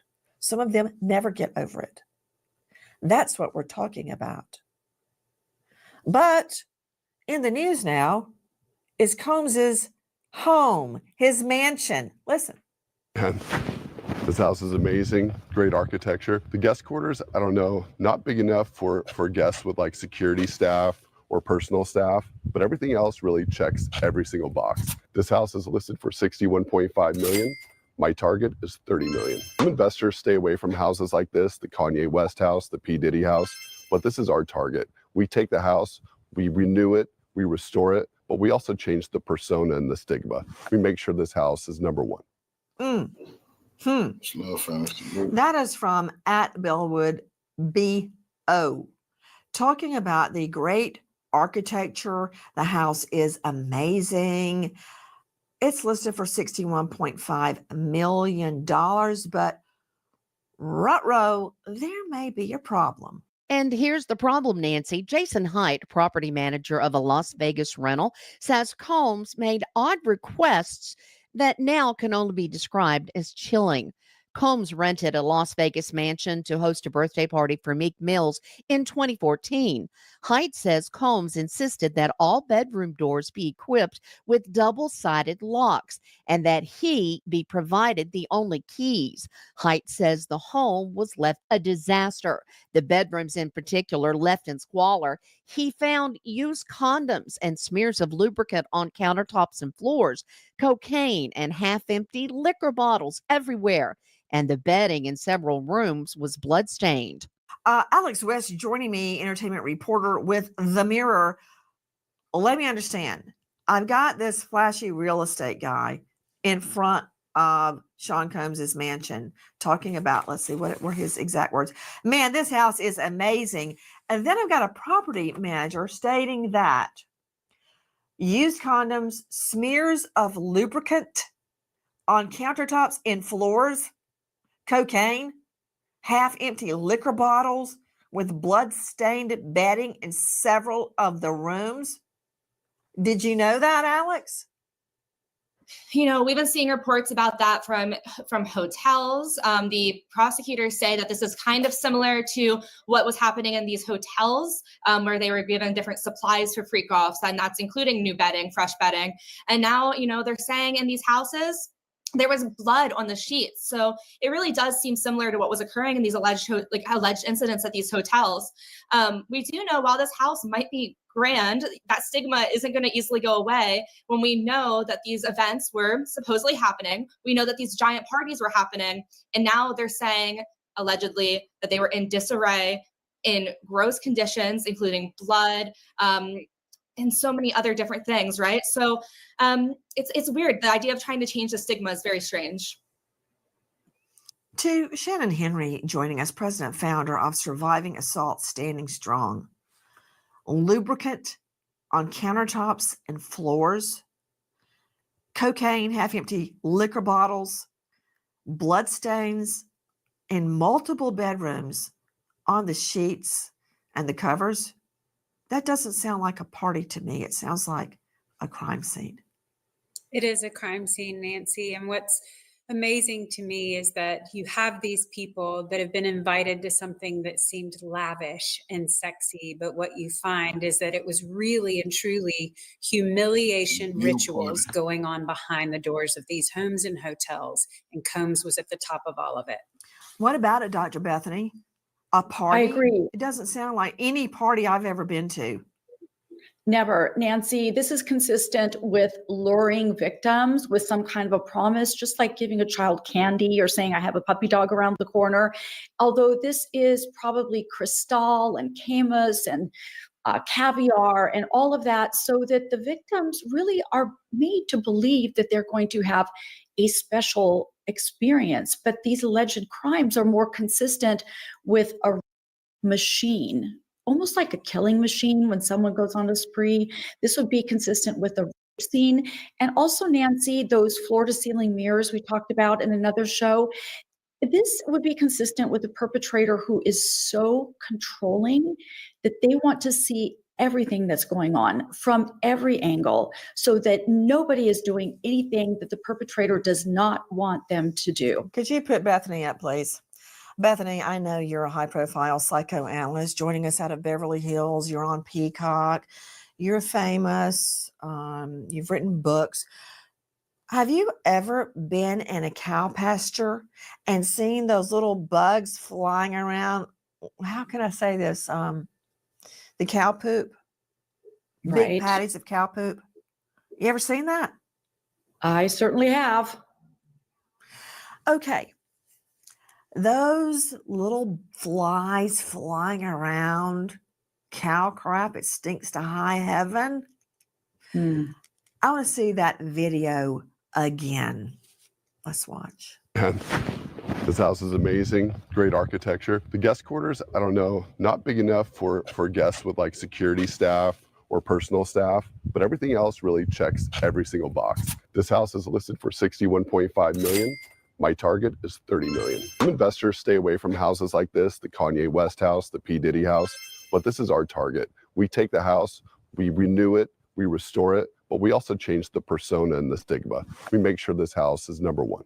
I don't know why he's calling this a mansion worth $61 million, because it looks like a steaming pile of cow crap to me, and whoever's buzzing around it, that's on them.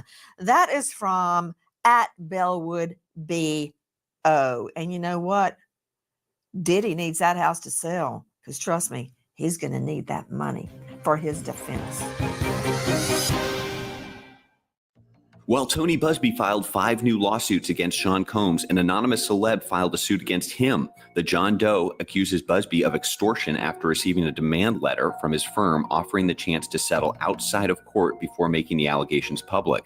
While the celebrity claims Busby demanded an exorbitant amount of money at the threat of publishing fabricated instances of sexual assault, Busby says the standard demand letters do not contain any sums whatsoever, but the allegations are very real.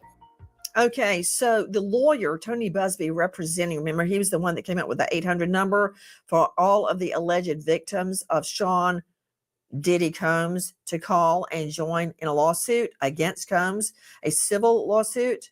Now he is getting sued. Alex West, in a nutshell, what's that all about?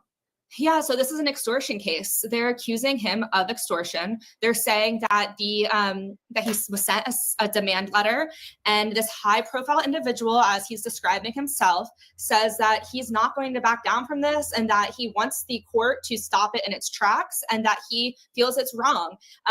Of course, he's remaining anonymous, right? So we don't know much more about beyond that. We also do know that there is a second lawsuit filed against Busby too, which alleges him of unethical practices, and it alleges abuse from Busby.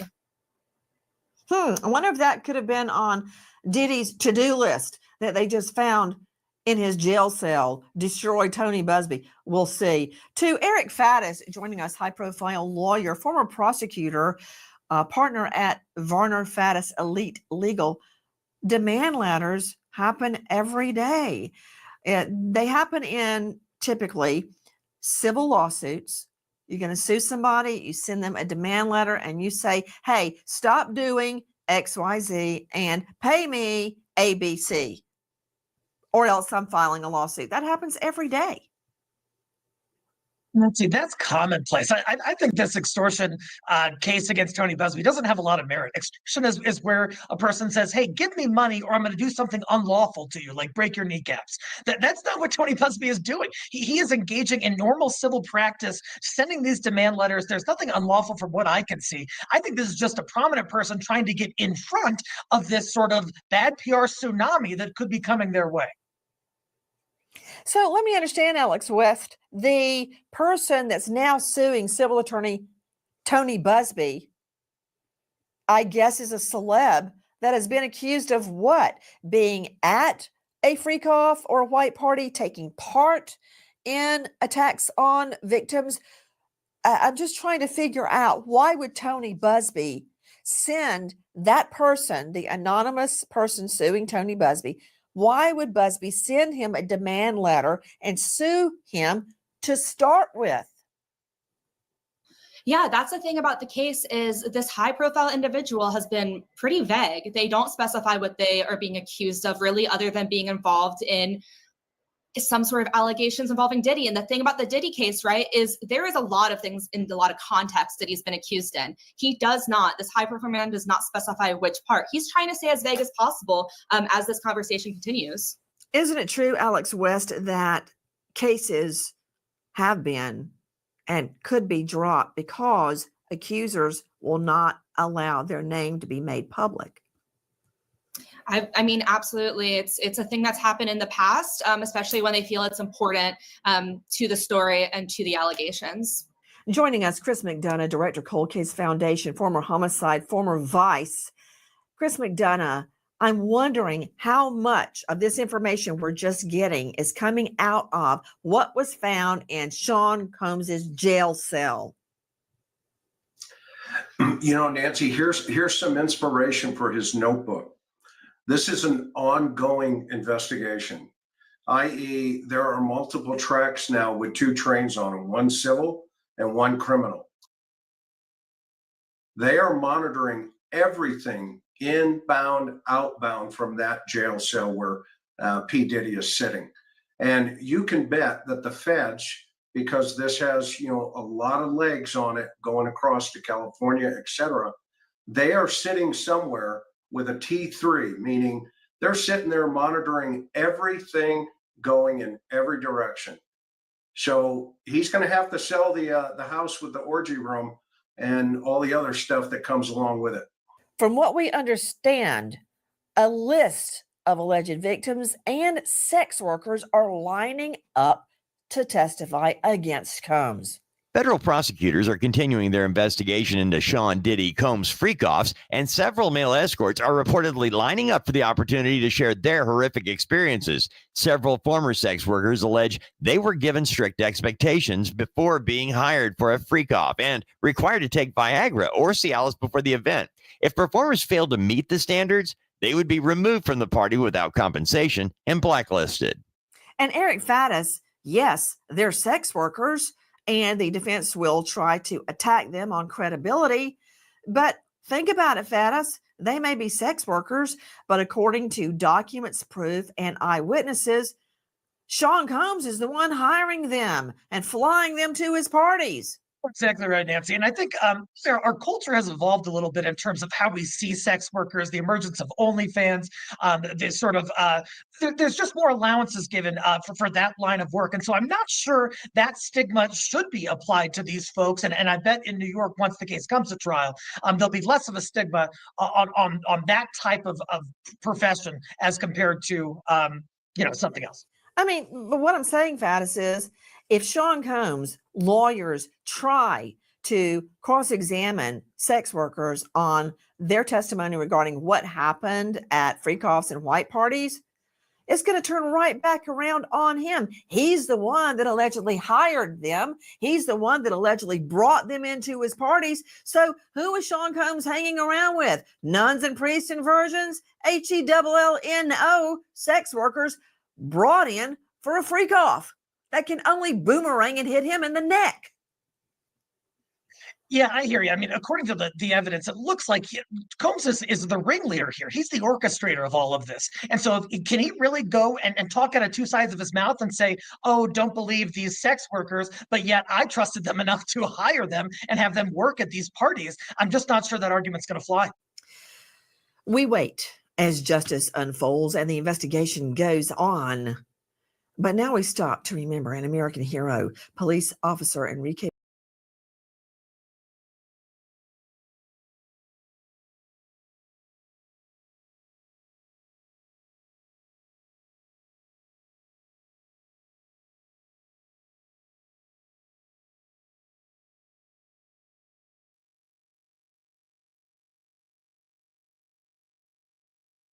Could this be the last week Sean Combs remains behind bars?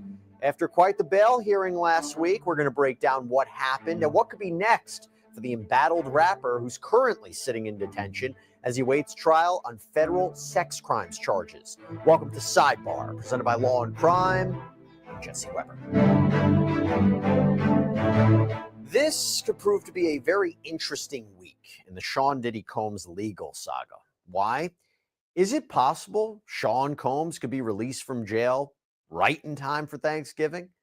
It's a possibility. You know, I would have said that seemed highly, highly, highly unlikely, but after what we saw on Friday during the most recent bail hearing in front of Judge Arun Subramanian, the current judge of Combs' criminal case, a judge, by the way, who hasn't heard this bail issue before, it seems a lot more probable. I'm going to explain. So, Combs has been sitting in the Metropolitan Detention Center, the MDC, out in Brooklyn since his arrest in September. And of course, as you know, he's facing racketeering, sex trafficking, transportation to engage in prostitution charges, namely that from 2008 to 2024, he used force, threats, coercion to cause women to engage in sexual activity, including sex acts with male sex workers. That's what's known as the freak-offs. That he operated a criminal enterprise that was engaged in all sorts of illicit activity and acts of violence like kidnapping and arson. Okay, we knew that.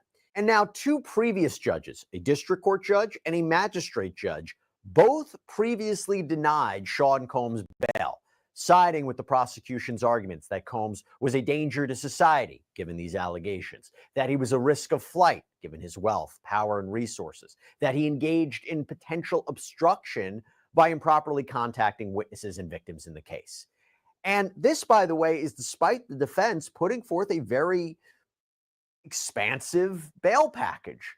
$50 million bond, home confinement, no phone or internet use, 24/7 private security to monitor him, limits on who can visit him, and so forth. So a very expansive bail package, one that I really haven't seen.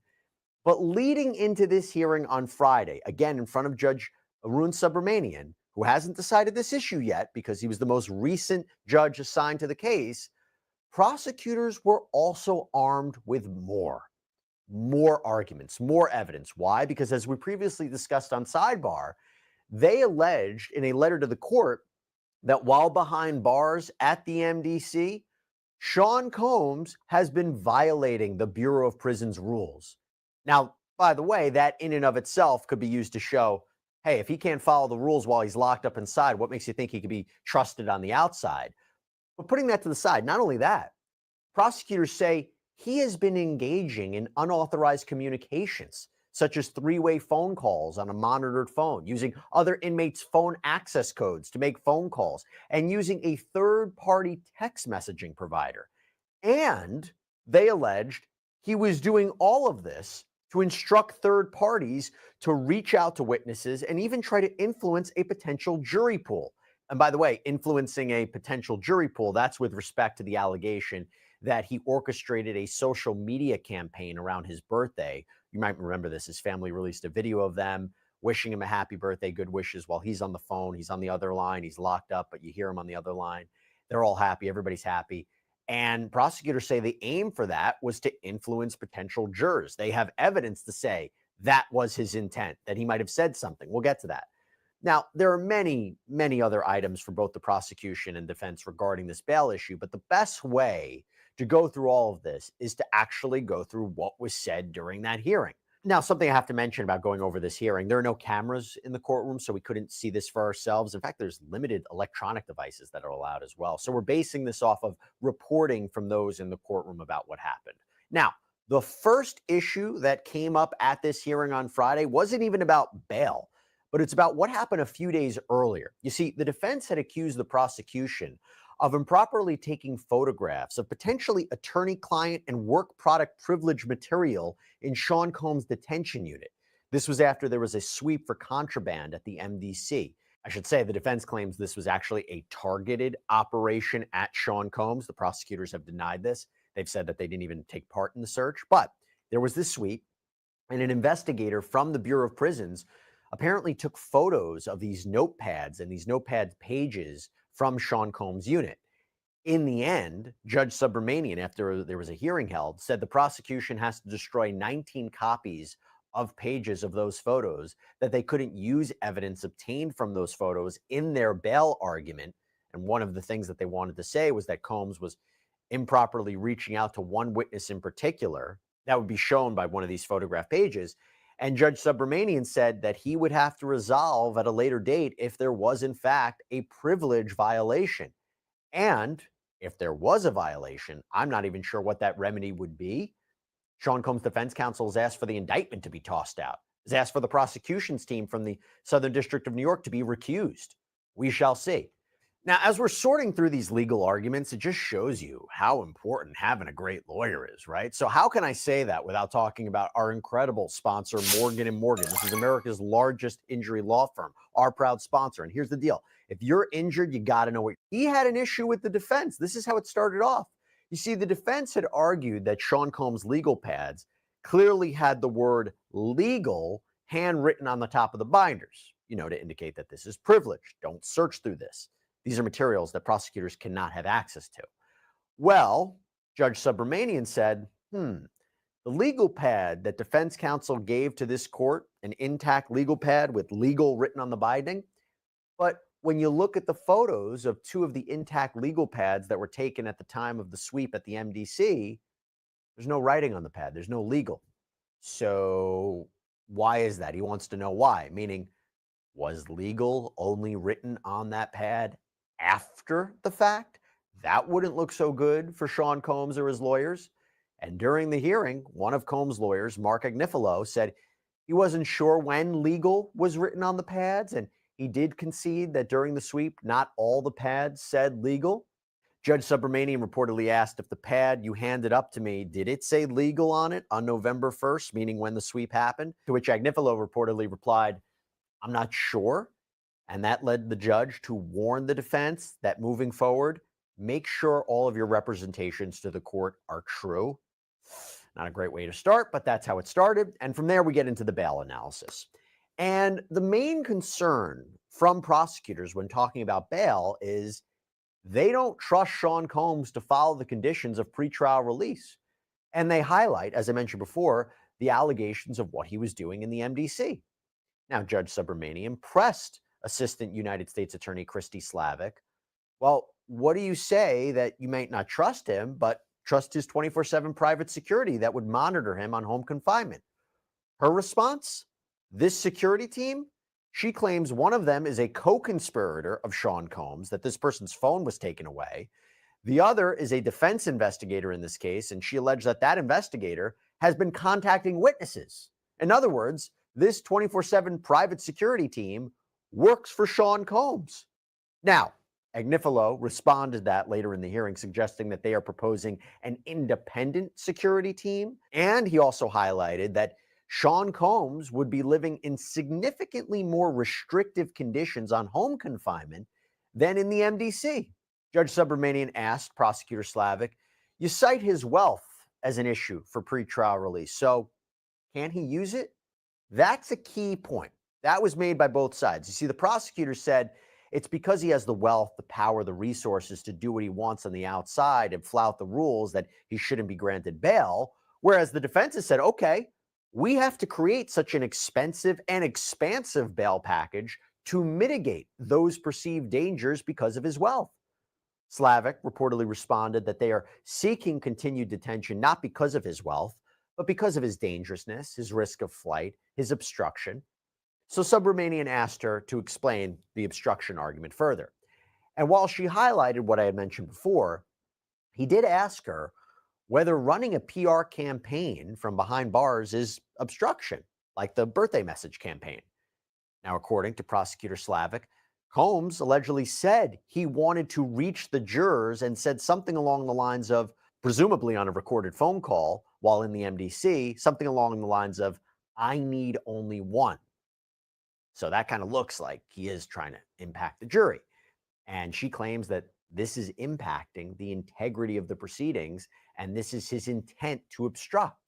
Now, from there, Judge Subramanian gets into a really key point. This is something that he actually had advised the prosecutors to be prepared to discuss. The fact that former Abercrombie & Fitch CEO Mike Jeffries was just arrested on federal sex trafficking charges in New York, albeit the Eastern District, not the Southern District where Combs is, but on the face of it, very similar allegations to Sean Combs. And guess what? Mike Jeffries was released on a $10 million bail. So Judge Subramanian is essentially asking, why shouldn't Combs be released then? To which prosecutor Slavic references the letter that the prosecution had filed with the court in anticipation of this hearing. And in that letter, they say, well, okay, yes, Jeffries is accused of paying dozens of men for travel to engage in commercial sex acts, that he used a security company to surveil and intimidate witnesses, but these are superficial similarities with Sean Combs. First, unlike Sean Combs, Mike Jeffries is not accused of committing violent acts that were separate and apart from the sex trafficking allegations, and also, he didn't use firearms. Also, they say Jeffries is not accused of racketeering like Sean Combs is. Combs, they say, is continually engaging in obstruction. Jeffries' allegations of obstruction ended in 2015. And also, Mike Jeffries is 80 years old. Sean Combs is 55. Two different dangers. Now, interestingly, Sean Combs' other lawyer, Alexandra Shapiro, she jumped in at one point during the hearing, and she actually argued to Judge Subramanian that the Jeffries case is actually worse than Sean Combs' case. Why? Because there, prosecutors are alleging an international sex trafficking business and that the victims were raped and sodomized. And she also said, Combs, guess what? He's not that young either. Now, moving on from that point, I thought that was an interesting back and forth. There was another point in the hearing I want to highlight. And this centered around, once again, the infamous 2016 videotape that was published by CNN earlier this year of Combs purportedly beating his ex-girlfriend Cassandra Ventura in a hotel hallway while he was just wearing a towel.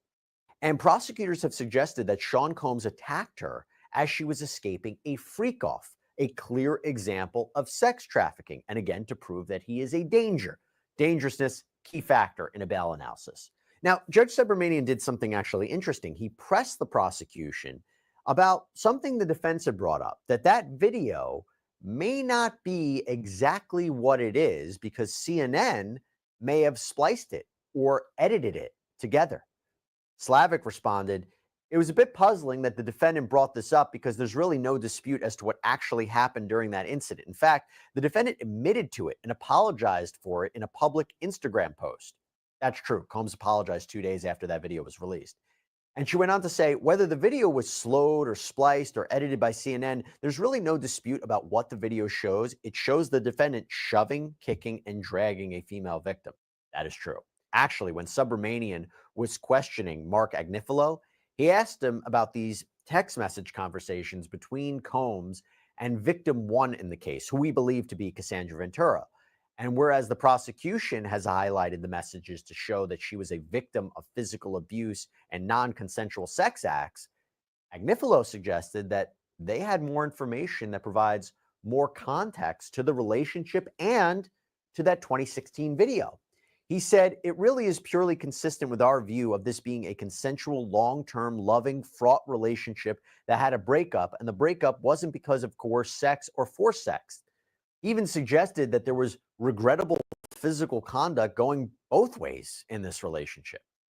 Now, when it came to the allegations of whether Sean Combs was improperly contacting or trying to contact people, Ms. Shapiro distinguished other cases, like where a defendant told someone to lie by phone. She said that's not happening here.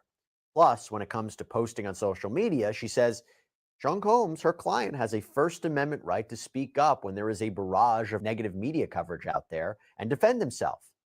And Judge Subramanian said, well, why can't he just do that through his lawyers?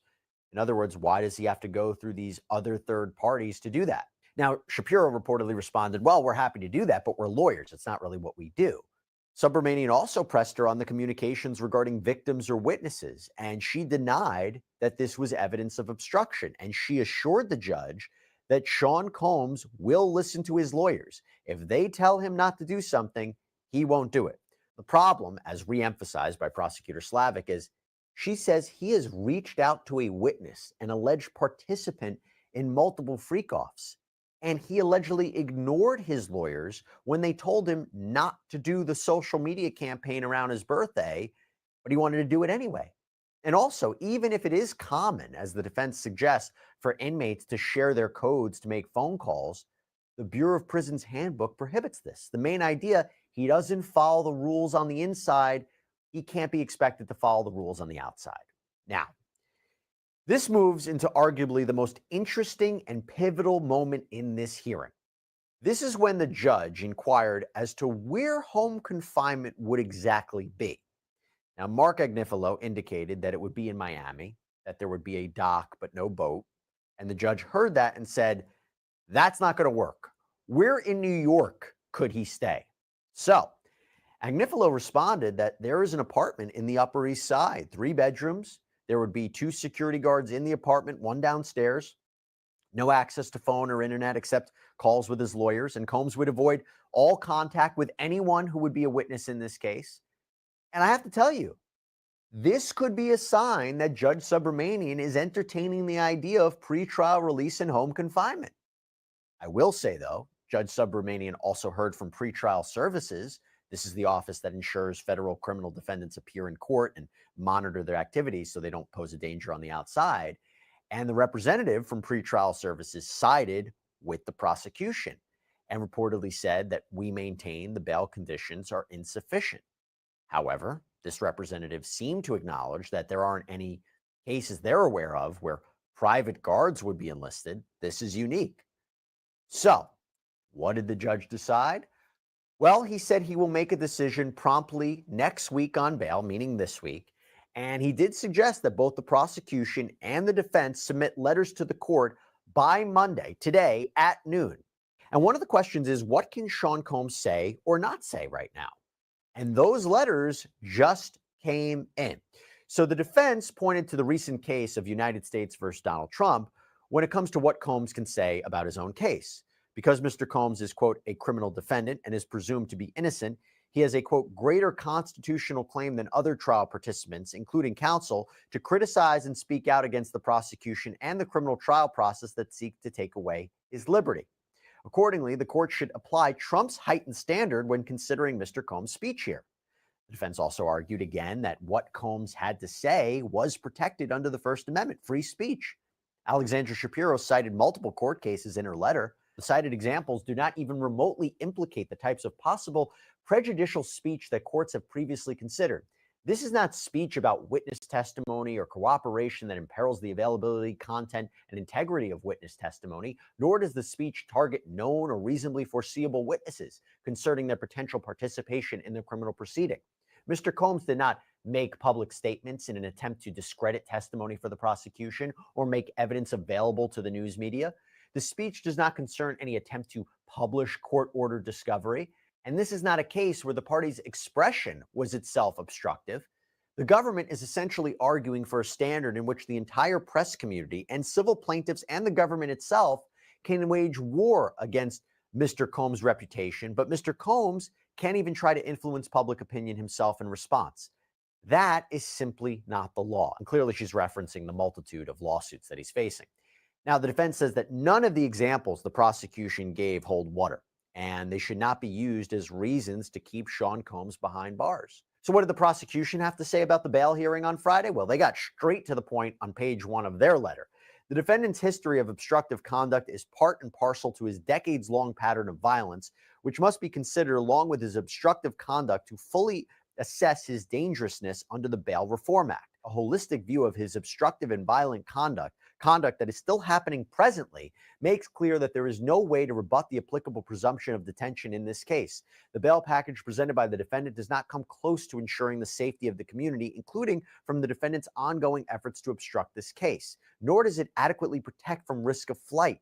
For all of these reasons, the defendant's renewed application for bail must be denied. So, the fact that Judge Subramanian did not immediately deny Combs' bid for bail like the other two judges did, and has entertained what home confinement would look like, it is possible he could make bail. It is possible Sean Combs could make bail. Now, to be clear, should he violate any conditions if he's actually released, he will go straight back to the MDC, and probably, absent some extraordinary circumstance, he will never get another chance at bail again. So if he does get released, he most certainly better be on his best behavior. Now, doesn't mean that the government won't file obstruction charges against Sean Combs and, let's say, a superseding indictment based on what he allegedly did in the MDC. They could still do that. Remember, the government acknowledged they are submitting evidence to a grand jury in New York right now.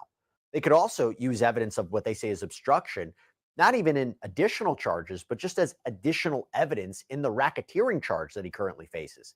And if he is released and violates his bail conditions, they could also file additional charges to them. Now, what happens if Subramanian denies Sean Combs bail? Well, it seems that Sean Combs has one final attempt to take this issue up to the Second Circuit Court of Appeals, a higher appellate court. In fact, his legal team had submitted a legal brief in support of bail previously with this court, but then they asked the court to pause a decision on that while they petition Judge Subramanian first. Okay, so with that, let's see what Judge Subramanian decides.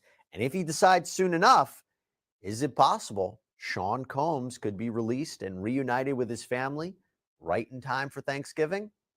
Let's see. Thanks so much, everybody, for joining us here on Sidebar.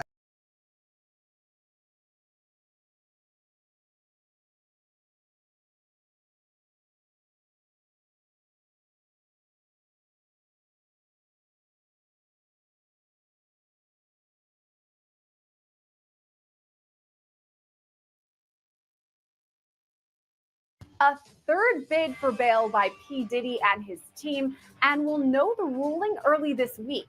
Will the disgraced rapper be set free from the Brooklyn jail he's recently called home?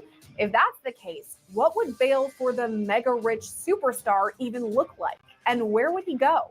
We're unpacking it all with former prosecutor Melba Pearson, who says Diddy's release could actually happen, and soon. I'm Sierra Gillespie, and this is Law and Crime News. For more than 2 months, 55-year-old Sean Diddy Combs has called Brooklyn's Metropolitan Detention Center home. Since his arrest on September 16th, Diddy's been held without bail on federal charges of racketeering conspiracy, sex trafficking by force, fraud, or coercion, and transportation to engage in prostitution. But it's not for trying on the defense's part. Diddy pleaded not guilty to the federal charges weeks ago, maintaining his innocence and calling for his release. Just last week, Diddy's team formally put in his third bid at this release, asking federal judge Arun Subramanian if their client could be placed on house arrest. All this went down in the Southern District of New York's courthouse in Lower Manhattan, where our very own Elizabeth Milner was in the courtroom.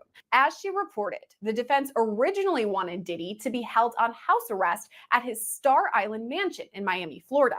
But Judge Subramanian shot that down quickly, and it was decided if Diddy was granted bail, he'd be staying in New York, specifically on the Upper East Side in a 3-bedroom apartment.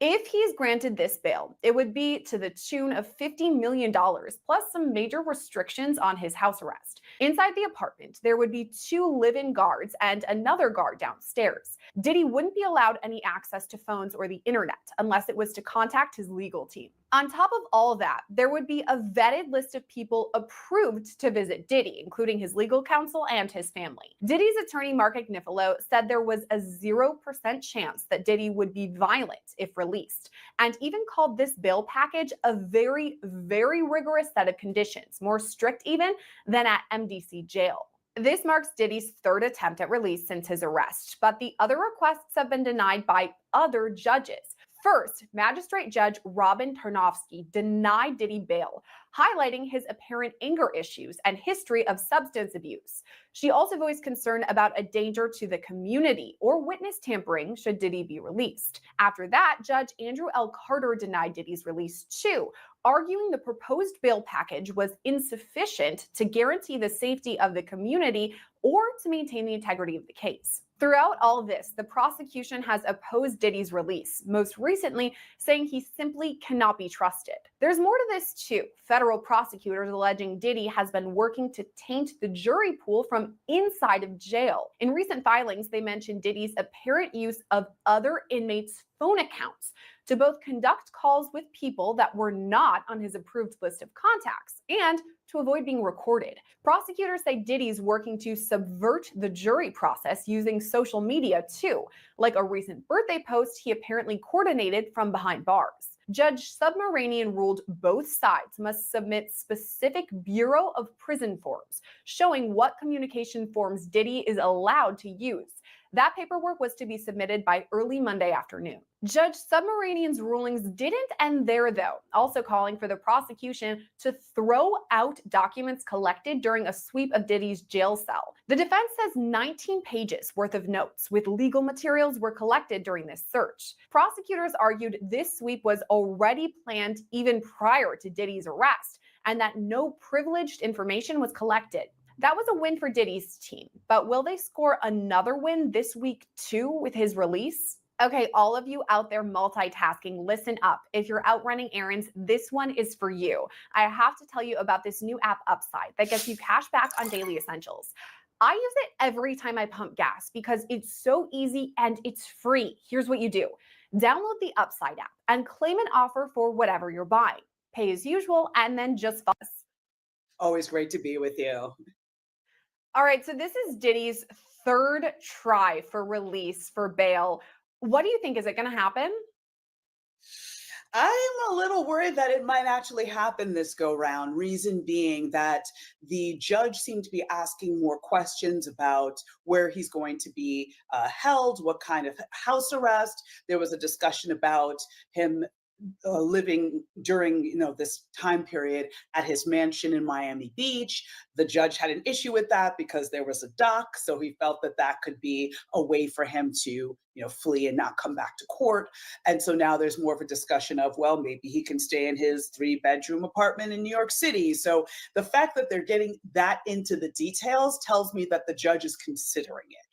And so if you're considering it and not dismissing it out of hand like the previous judges did, that tells me that there might be some hope for Diddy's team. I think you're right in that it seems that the past couple of rulings happened almost instantaneously. We knew that he'd still be back at MDC, but now it's like, oh, the judge is going to think it over for a couple days. So I guess we'll see. But going back to your point about him hoping to live in Miami, in Florida, while he was on house arrest, that was interesting to me that they offered that up as the first choice rather than New York, so close to the courthouse. What do you think the reasoning behind that would have been? I think a couple things. Number one, it's just a bigger house. So obviously he'd want to be someplace where he'd be comfortable and where it's very familiar to him, and also where he has that base of support. And I think he feels most comfortable in Miami.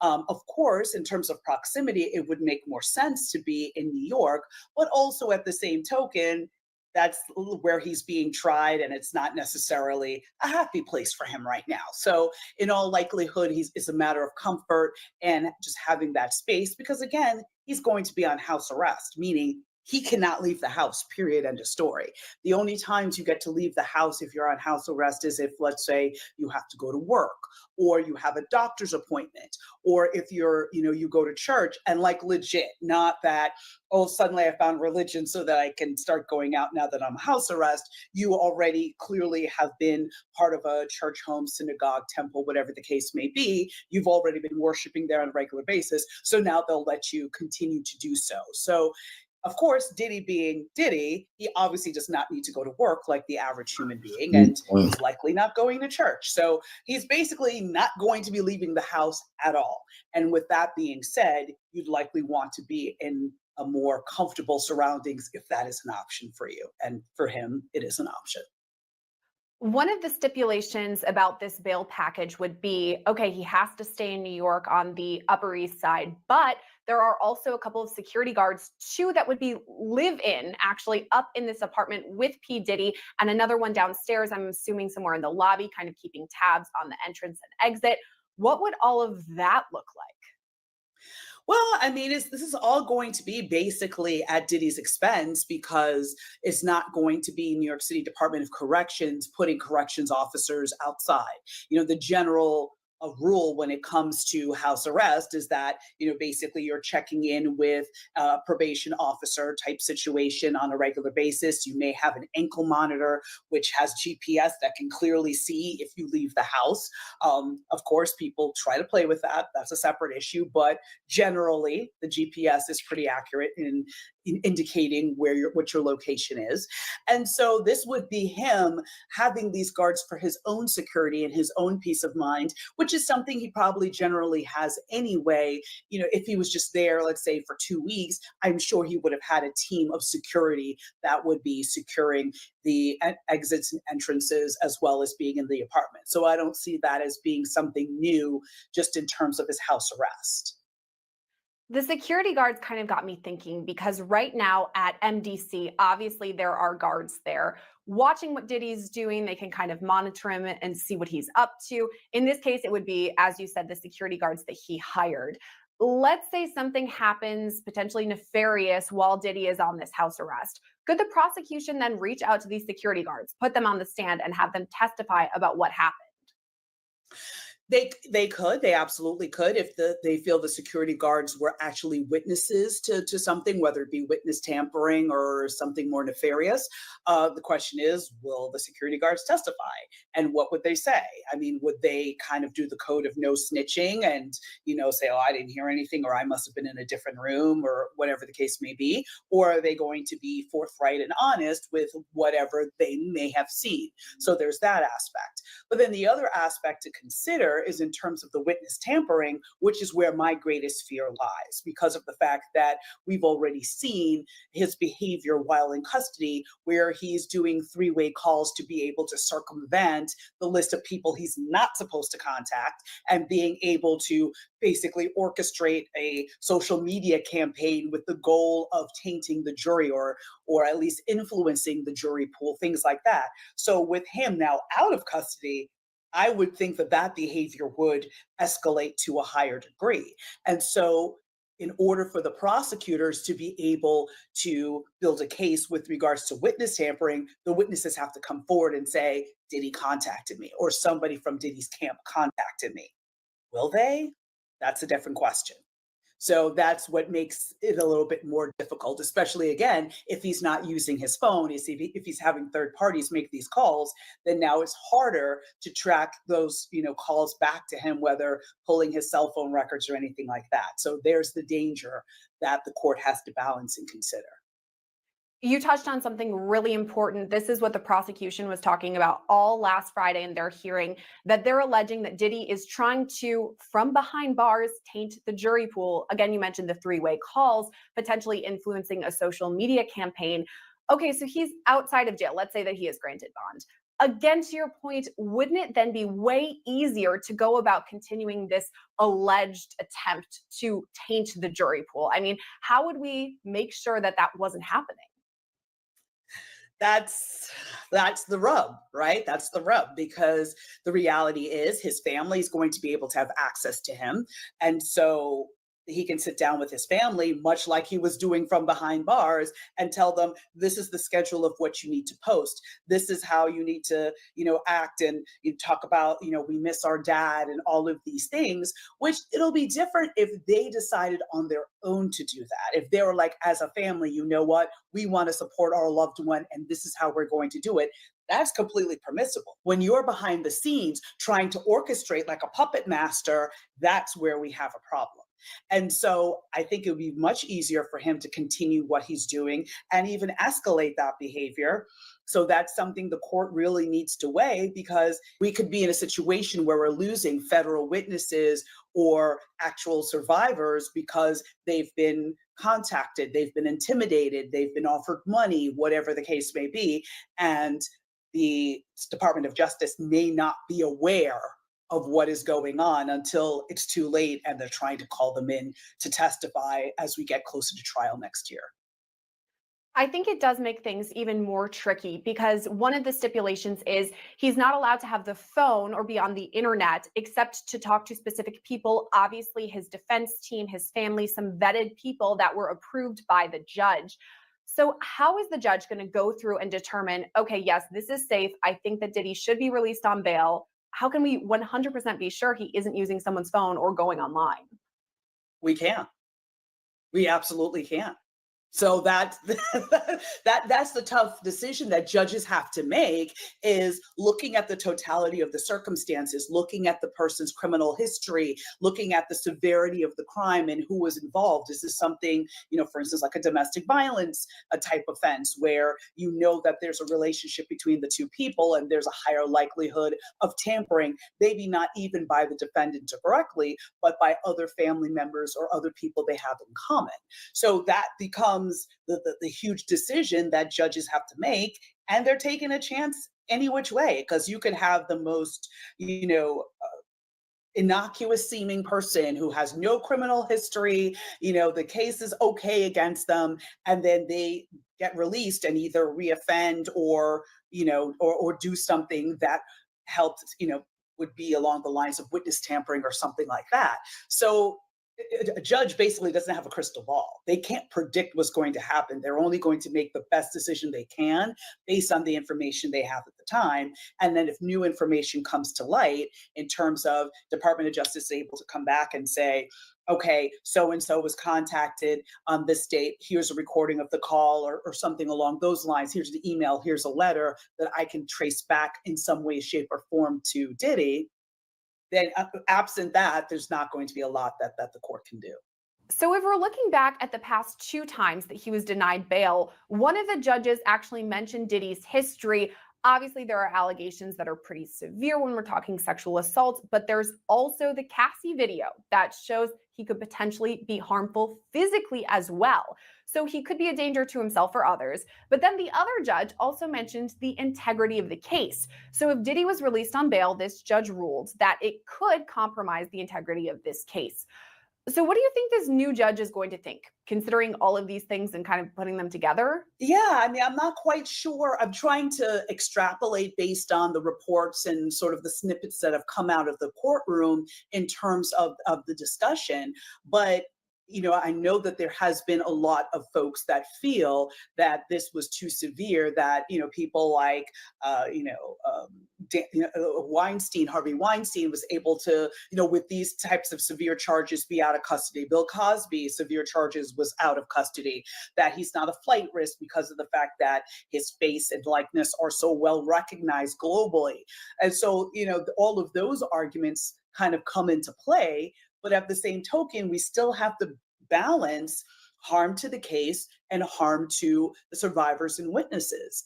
And again, he is somebody who, based on what we've heard about his behavior while incarcerated, as well as his behavior allegedly before he was even caught, that he is well versed in witness tampering and making people keep their mouth shut and finding that pressure point to ensure that they don't tell any dirty secrets that he has.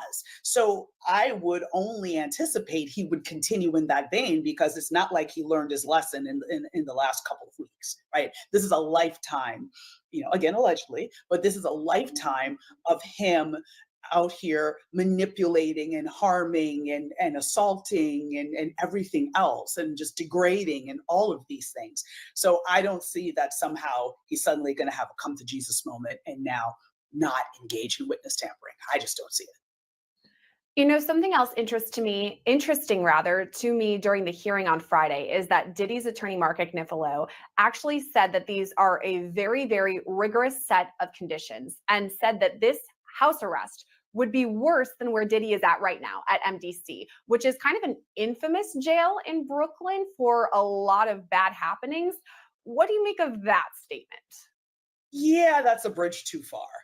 That's a bridge too far. You're going to tell me that a 3-bedroom, probably penthouse overlooking Manhattan is somehow going to be worse than being in custody in a jail that is noisy, that doesn't smell very great, that the food is awful.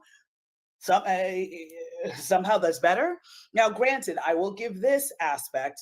If he is on suicide watch and he is in isolation, that is definitely tough because you're by yourself in a very small room and that's it, right? And we have seen that that can really affect your mental health. So I will give him on that one point alone.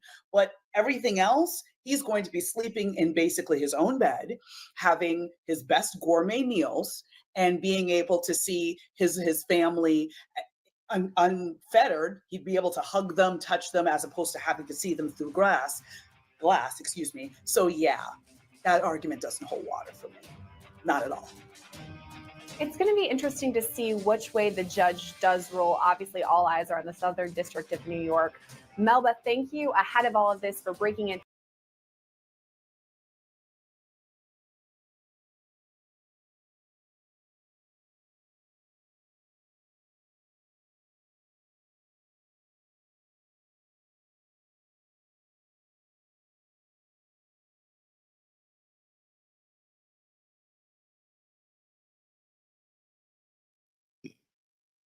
They actually did a video of me doing an Oprah thing that's on here. So I don't know if we're going to cover that, but I might show it a little bit. But check this out, man. This is, let's start off with the LeBron James part, man. And I feel so sorry for some of these celebrity basketball, football players and everything, because once you become a star, you're open to go to anybody's big star party. So LeBron James is at the party having a good time, and maybe he don't know what's going down. So check this out, man. Lauren, what's the video right here, Rob? This is LeBron at an alleged Diddy party. Oh yeah, baby.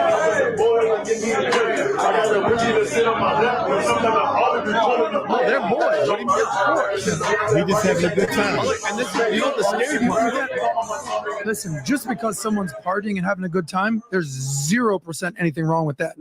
It's when you start to do the shady, illegal stuff behind the scenes. Oh yeah, and that's the whole thing with Diddy. Adam, having a good time at a bar is not a big deal. But imagine those people that know, Pat. I know we want to move on. Imagine the people that know now they're famous as hell. Now there's footage. Oh my God, wait, you mean these people that we were having sex with had cameras and he had cameras? People are panicking. And if you're one of those people, the witnesses, their lives are at stake, but because you don't understand who is the top of the top. Clive, who the hell was there that doesn't want you talking? Now they know that you know that you know that they know, and they know that they know. Yeah. I got a big announcement to make. The property I'm on right now, we've been working on buying this property for the last 3 years.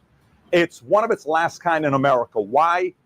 It's on 11 acres. It's got 2 hangars. It's on an airport. Upgrades of $7 million made here. That's going to be the new headquarters of Valuetainment, Manek, David Consulting, the podcast, the whole 9. And what we wanted to do, we want to find a way to celebrate this as the new headquarters with inviting you to an event on November 5th, which is around. And the podcast will be held to go. Which one's got more? Do you buy the future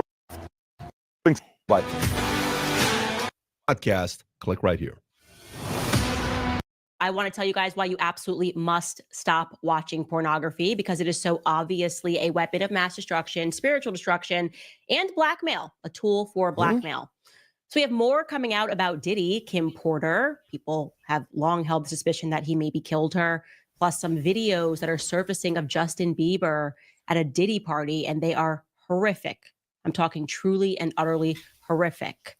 Plus, and appropriately, or rather inappropriately, RFK Jr. is in the news for having carried on a sexting affair with a reporter at New York Magazine. And we have the Republican Lieutenant Governor of North Carolina, Mark Robinson, who has been unmasked as a frequent commenter on a porn website dating back to 2012. So lots to discuss. That's what we have coming up today. What is wrong with these people? That's crazy, man. All right, so here's my conspiracy theory. What is wrong with these? Like, another one. I think porn websites have been purposefully created as tools of entrapment. Like, I think they are creating an entire log of who everybody is. In the event that somebody becomes powerful in their life, then they have all of these porn websites that you visited. I truly think this, especially people who think their data is safe and they're constantly online. You can see how these websites like Pornhub are encouraging people to look at more frequent and also more disturbing types of porn. Like, essentially, they exist to pervert your tastes. And then I think people become more and more perverted. They hit weird links. And then in the background, you have people that are collecting that data so that if you ever make it in life, they can go, oh, but we caught you looking at this kind of porn. Now we control you. Yeah, right. Okay. Let's say I'm a small guy and then all of a sudden I'm big because of YouTube. The YouTube channel blowing up, I'm big. And I used to watch porn, which is true. And they're going to say, oh, you used to watch porn. And I'm going to say, that's true. I still watch it. What? What? You can't get me, man. No matter I what don't you give a think, damn. we Excuse all me. acknowledge now that pornography is a weapon of mass spiritual and political control. I don't care. Everyone got mad at me when I said months Should ago, we ban skip this? porn. It's what I believe. It should be banned. And I believe that because I've looked into the history of it. Here's the reality. You can quite literally become a slave to your sin. A man has as many masters as he has vices. If you're not hurting nobody, don't worry about it. Looks into I the ain't hurting history of- nobody. I don't know, man. Maybe we cut this out. I'm cutting. I got to cut her out on this sex. Right, the right self have been talking nation development yesterday. Book is about. and Okay, there here has we go. Here we go. been Let's, no greater maybe example there's of that something juicy. recently than the Diddy case, which follows another explosive development yesterday. Now, let me tell you, it's been long suspected since it happened, since she died in, I would say, rather mysterious circumstances, that Diddy had something to do with the death of his ex-partner and the mother to his children, a woman named Kim Porter. Now, what happened was she mysteriously All right, died this is all of old news. pneumonia at the age of 47. Of whom were named in the suit, watched until she was able to escape. Another, an unnamed male accuser claimed. Wait a minute, y'all. Right here. We're gonna start about right. Also Get really her realizing off that no of matter there. how high you climb, this is something that men deal with. So RFK Jr. has been caught in a sexting scandal with Olivia Nuzzi. Now, I'll tell you, just going back, RFK Jr.'s love life has been a complete disaster. He is, in fact, married right now to an actress named Cheryl Hines, and he's been married to her for 10 years. You might recognize her from Curb Your Enthusiasm. They look quite happy. Olivia Nuzzi, on the other hand, is a 31-year-old political reporter who was engaged, by the way, to another journalist named Ryan Lizza. So she was engaged, and then she was sent to work on a profile piece for RFK Jr., which ended up being published at the end of last year, so 2023, November, in New York Magazine. She was working for New York Magazine. And RFK Jr. claims that it was a hit piece, by the way. She referred to RFK Jr. in the piece as a serial philanderer. This is when it's just going to get ironic. So she publishes this piece, refers to him as a serial philanderer, and she had interviewed him at his Californian home in Brentwood that he shares with his wife and their dogs. And she went on this hike with him. And then come the new year, piece is published in November, come the new year, this is when people are reporting, she began this relationship with him. And it was them just exchanging, I guess, graphic text messages. And so she's now been placed on leave at New York Magazine. They're saying that they are, embarrassed and that they don't like that they've lost trust with their readers. Also, her engagement has ended with Ryan Lizza. Can't imagine how embarrassing that is for him and his family. And when RFK Jr. was asked about this, he's not denying it. He says the relationship was emotional and digital in nature, not physical.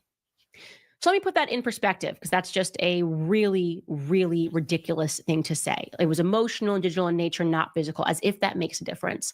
Let me put that into perspective of how compelled men are right? Compelled men are by the physical, and the physical is being offered to them for free everywhere in society, right? And just in the way that women dress, the way what they put on their Instagram, it's like constantly this suggestive sex culture that we've created. RFK Jr. was just running for president of the United States. We have mere weeks to go until the election. He, of course, has stepped down, but he is putting his weight behind Trump. Great thumbs up. Announced that he would be, at the very least, a part of his transition team. He was being floated for vice president before J.D. Vance was announced. He's got all of this going on, and yet he still cannot control himself, right? He still cannot control himself. He still cannot say, you know what? Not right now. I'm not going to give in to lust. That is how powerful of a force we are talking about. And if you think, again, that this society that we live in, they're offering you this lust because they want you to be free, you are a fool. It is to constantly enslave you. It is to constantly have blackmail for you, on you in the background. I have long thought that the relationship between RFK Jr. and Rabbi Shmuley is weird, okay? And I'm not alleging anything here. I want to be clear, but that relationship is odd. I don't know what he could possibly have in common with a rabbi that sells butt plugs and shrieks and is so clearly a lunatic. And my question is just, if you can't stop that, if you can't stop that just for a few months, can we just make it to November 7th or whenever the election is, November 5th, November 7th? I don't know. What does this say about the state of men today? Oh man. Oh. I'm with you, but I'm not with you. What I had for all the legends. All right, check this out. On YouTube, and I'm now going to answer This is what I wanted to do right here. On Rumble. The most incredible dinner I've ever been to Oprah. is one I had for all the legends in 2005. Oprah. You're cordially invited to celebrate the birth of Sean Puffy Combs. We've come here to the White Party to reverse the mistake of American independence. Absolutely. Oprah and Kanye West partying together at Diddy's infamous parties has set the internet on fire. They are saying that Oprah Winfrey and Diddy, they go way back. They are very close friends, and they are even saying that she has something to do with the Diddy parties. Not only Oprah, but a number of other celebrities were allegedly involved in these parties. No doubt those who went are now uncomfortable with being linked to this story. Oprah Winfrey is now caught up in all the Diddy drama. She's been spotted at multiple events with the disgraced rapper, and they even appear to have been great friends. Now, they attended multiple events together, and Diddy even appeared on her show. Now, the interview was just straight up weird, if we're being honest, but now leaked footage shows Oprah and many other star-studded celebrities inviting people to Diddy's 29th birthday party. Among Oprah is Chris Rock, Ellen DeGeneres, Ben Stiller, Stephen Baldwin, and Will Smith. With this video being leaked, a lot more celebrities are being accused of being in cahoots with Diddy. It's crazy. Anyone I see here is a suspect to me, which I honestly gotta say I agree with. I think it's foul that not one person was staying away from him then, and supposedly they knew. No one was saying a word. Didn't he have some kind of big 4th of July party that anyone who was anyone would be at every year? Those people should be just as guilty, accomplices. Now, only a minute or so of the footage was released, but it said that the whole invite video is 6 minutes long. Now, will the other half of the video ever see the light of day? No one really knows, but maybe it exposes sensitive information that would make Diddy and other celebrities look bad. Regardless, it's very strange, and the fact that Oprah was a part of it is a big red flag. You see, Oprah has a pattern of being friends with rich and powerful men who end up being disgusting monsters who get arrested. Now, Diddy is just the most recent one. I wish she were real, but she isn't. Now, Rose isn't the only person to call Oprah out on this, as her former friend Seal made a post when Oprah said that we should focus on the bigger picture instead of Harvey's crimes and his victims. He said, "You have been part of the problem for decades, but suddenly they all think you're the solution." He said, "Oh, I forgot. That's right. You heard the rumors, but you had no idea he was actually doing those things to young starry-eyed actresses. My bad. Now, Snoop Dogg has also made multiple posts calling out the star. You know it's bad when other celebrities and her past friends are calling her out. Now, if she hangs out with them, then obviously she's one of them, right? I mean, it has people thinking that she's not as good of a person as she has claimed to be her entire life. You see, Oprah was born in Mississippi to a single teenage mother and grew up in extreme poverty. During her childhood, the cost of raising Oprah became too much for her mother to handle, so Oprah was sent to live with her biological father. Since then, Oprah has come forward talking about how she had been mistreated and taken advantage of by her cousin, uncle, and a family friend. As a young teenager, and after suffering for years, she then ran away from home, and a year later she became pregnant. She then gave birth to a son, but he was premature and passed away only a few weeks later. Oprah has used this story to show her strength and to inspire. I never knew this. This is new news to me. I never knew that she actually had a son that passed away, and he passed but away. It seems like she might have helped continue the cycle towards young girls, which is just so upsetting. Now, Diddy's parties have been exposed as being evil, and many crimes took place there. Multiple sources have said what happened before 2 a.m. pales in comparison to what happens at 5 a.m., said a first source. Now, a second source who helped get guests for Diddy's white parties between 2006 and 2011 similarly told Us Weekly that high-profile celebrities would leave around 2 or 3 a.m. because they knew the party was going to take a turn. Girls would start to lose their clothes, and that was the signal for people to leave, explained the source, adding that's when the substances would come out, with vendors lasting until 7 a.m. Now, the New York Post reported that these parties often concealed freak-off sessions that devolved into explicit encounters after the main events. An unnamed Alabama woman claimed in a suit filed in New York that in the year 2000, she was invited to a Video Music Awards after party by an associate of Diddy.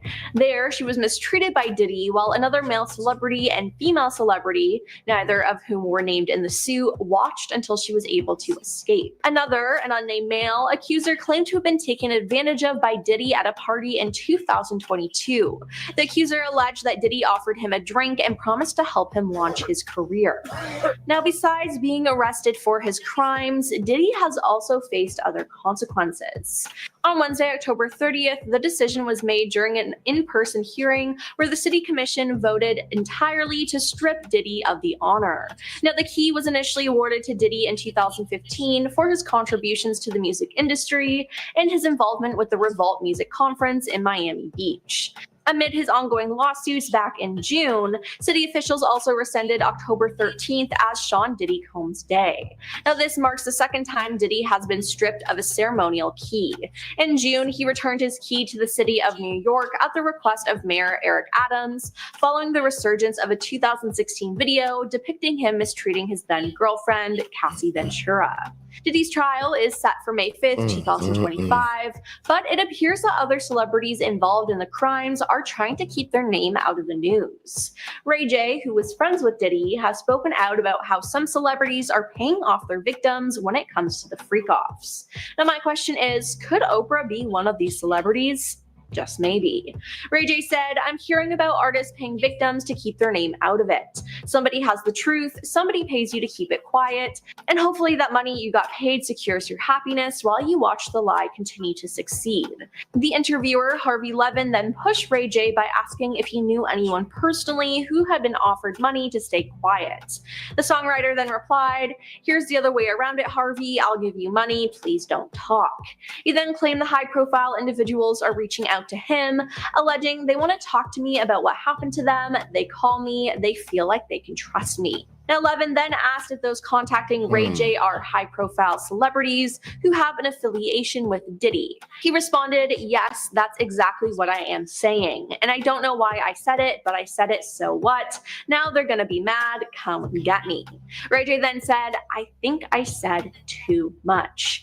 In the interview, he did not name any celebrities, but it still raised eyebrows. Now, Tony Busby, the attorney representing more than 120 alleged victims of Diddy, disclosed disclosed that he has sent out demand letters to celebrities, asking them to pay up or face the consequences. Tony had previously mentioned that investigations into Diddy's case had implicated several Hollywood big shots, but refrained from dropping any names. He's disclosed that he's now going after other celebrities who attended Diddy's freak-offs, even if they did nothing wrong. In a new appearance on TMZ's documentary, The Downfall of Diddy, Inside the Freak-Offs, Tony claims such big names are as guilty as those who perpetrated the crimes, explaining that their silence and unwillingness to stand against it makes them liable. So will Oprah have to pay up? I guess we'll just have to wait and see what happens with this case, but it sure is crazy. Well, that's all for our video for today. Very Do you think crazy. Oprah is really involved in all of this? Let us know your thoughts in the comments down below, and don't forget to like and subscribe to our channel. I'm your host, Emily, and we'll see you next time. Peace. I sure hope. I sure hope she's not. I sure hope she's not involved in this. I sure hope that LeBron James is not involved in this. I'm hoping that these people really don't know what was going on. Everybody's saying that, oh, if you was there, you saw it, you just ain't say nothing. No, you probably seen some things that that don't look too well. So I'm gonna go ahead and leave. You know, that type of thing. What's I don't happening, know, YouTube? How y'all doing? Please hit that subscribe button, hit that bell. Thank y'all so much. We made it over 400,000 subscribers. We just hit 400,000 subscribers. I wanted to say 410,000 to be honest, because oh man, we've been sitting at the 300,000 for so long. But anyway, with a code and everything, clickbait. We were talking about clickbait a couple of videos ago, and I'm letting you guys know that we trying our best not to even do no clickbait. So I'm saying clickbait because here's another video that says 3 minutes ago, FBI reveals Oprah fled America as led Diddy footage is leaked. Mike, the word is leaked. I'm so nervous when I'm doing these videos, man, and trying to make sure the level's right, make sure the camera's right, and make sure I'm sitting in the right position. So yeah, I'm just coming in and doing it, and I got a cold. That's my excuse why I can't read, because I got a cold, right? Anyway, 3 minutes ago, people. Now, I haven't figured it out yet because I didn't watch the whole video. I watched a whole lot of it. And the reason why I'm bringing it to our channel, to be honest, man, because there's a lot of information in here about Oprah. So hit that subscribe button, hit that bell, man. Let's check this video out. Let's go. Oprah Winfrey. She is grabbing the shotgun approach. Well, no, she's grabbing the salacious and very obvious headlines and expounding on them with shit. FBI reveals Oprah has fled the country after explosive Diddy footage leaked. It's a story that has gripped millions, a drama that seems almost too wild to be true. Oprah Winfrey, the face of daytime television and a cultural icon, now finds herself at the center of a whirlwind of controversy involving Diddy and allegations that have left the public reeling. This last vacation with all of you guys at Palazzo Fuji was so meaningful to me because it was a full circle moment to be able to take all of my friends on vacation. This isn't just tabloid fodder or internet gossip. It's a complex tale of influence, secrets, and power. One that has left many questioning everything they thought they knew. The headlines were enough to send shockwaves. Oprah Winfrey, a fugitive? Ever since news of Diddy's arrest broke, the world has been left to wonder why Oprah would suddenly disappear. That breaking news just into the Local 4 newsroom tonight. Rap mogul Sean Diddy Combs has been arrested in New York. On the surface, See, I thought they were going to say breaking news, Oprah has fled the country. So far, nothing. What is making you think that FBI has information that she fled the country? We know she's on them tapes, though. And, this is this an allegedly. ever-present figure in the music and entertainment industry, was known for his extravagant lifestyle, flashy parties. Well, I'm not gonna play the whole thing. It's already up on the channel. I just wanted to say that, well, we know she's on the tapes because we know she was at the party. She was at I don't know how many parties, but we know she was at one party. Just like we know LeBron James was at a party, and we see the video footages and the clips and all that good stuff. But that doesn't mean that they did anything wrong. That's all I'm saying. I still haven't found any proof. I have found Steve Harvey has fled the country. No proof. I haven't seen any proof of that. Will Smith has fled the country. Haven't seen any proof of that. Oprah has fled the country. Haven't seen any proof of that. Even they say Oprah has allegedly paid $75 million for the copies of the tapes. So my question to these people is, if she paid $75 million for the copies of the tape, why are you fleeing the country? I'm going to pay $75 million and I'm going to flee the country? I would take my $75 and keep it in my purse because I'm fleeing the country. Come on, man. We got to think a little better than that. It's called clickbait. And I don't like it. I don't like it, so I try not to do it. So I just wanted to bring y'all this video, man, because they took a picture. They taken clips of our videos, and I thank you. That helps promote the channel. That's the way I'm looking at it. So we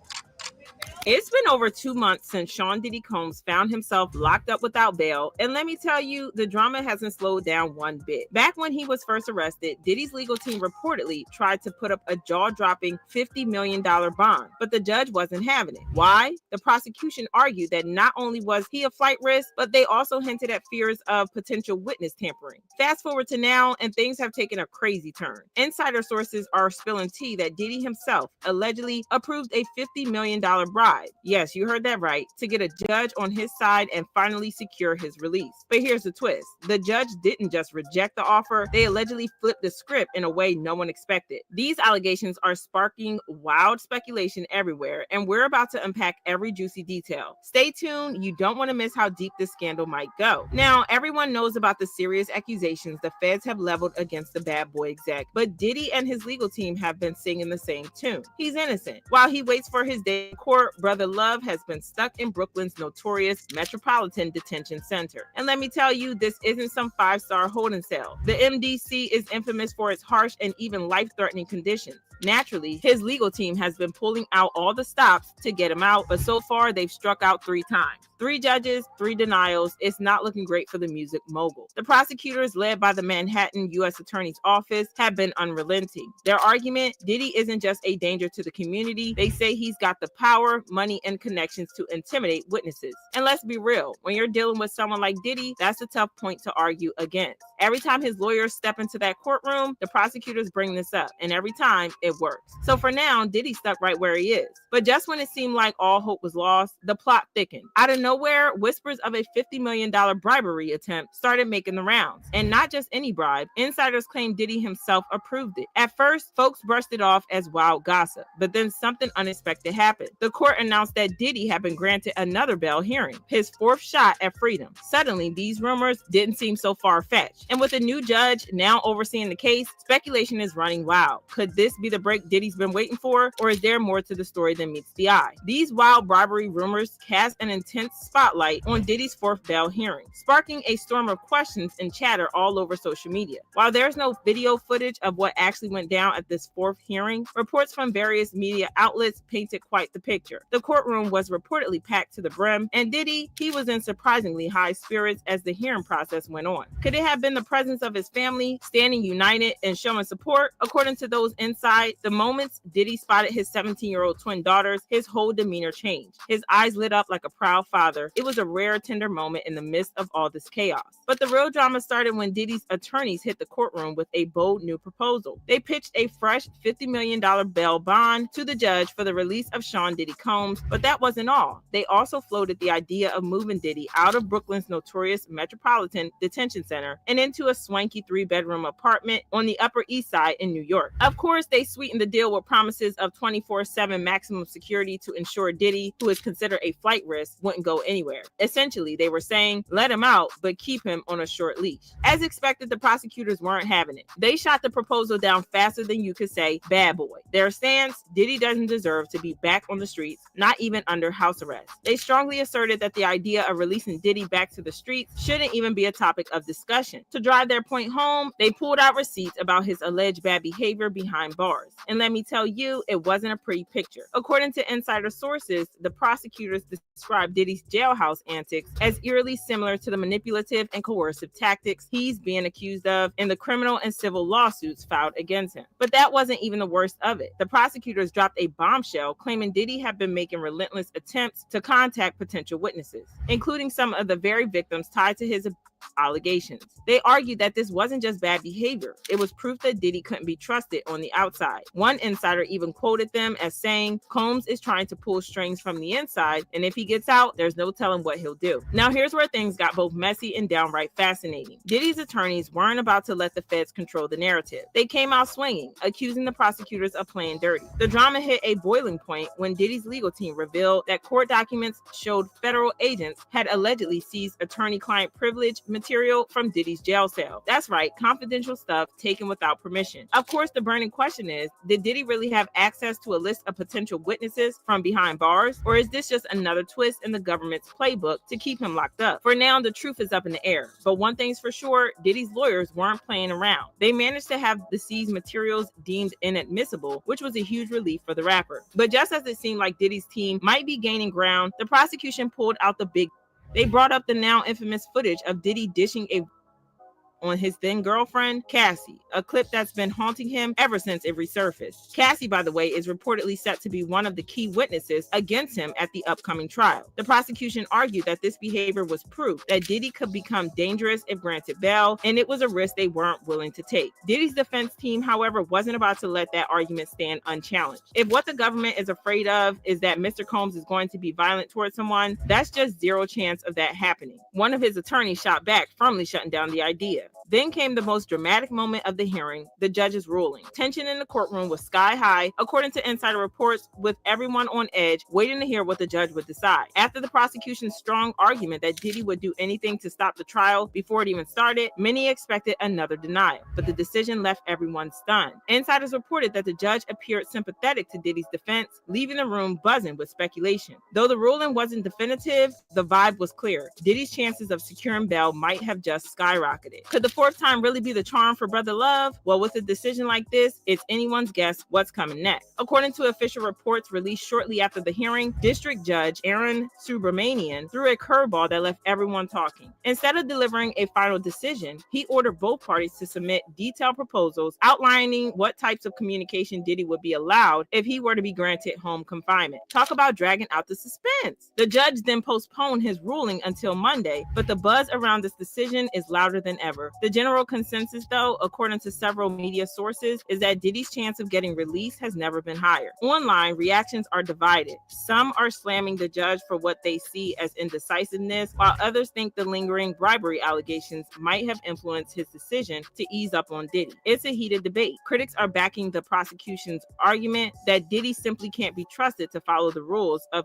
pretrial release. But on the flip side, the defense's claims that their proposed restrictions are tougher than jail itself have sparked some serious conversations. How could home confinement in a 3-bedroom condo be worse off than being in one of the most notorious detention centers? Let's break down these restrictions the defense pitch. Limiting phone calls to legal counsel, banning most visitors, keeping a meticulous visitor log, and here's the kicker, strictly avoiding any contact with potential witnesses. On paper, it all sounds all right, but let's be real. Not everyone's convinced that a man as influential as Diddy could truly be kept in check, even with these conditions. So what do you think about the bribery rumors? rumors? Are they just baseless gossip, or could there be some truth hiding in plain sight? Drop your thoughts in the comments. We'd love to hear your take. One thing is crystal clear. This case is unfolding like a soap opera, and every new twist is keeping fans and critics on edge. The judge's upcoming decision will undoubtedly stir up even more drama, and the fallout could be monumental. If you're as hooked as we are, make sure to hit that subscribe button so you don't.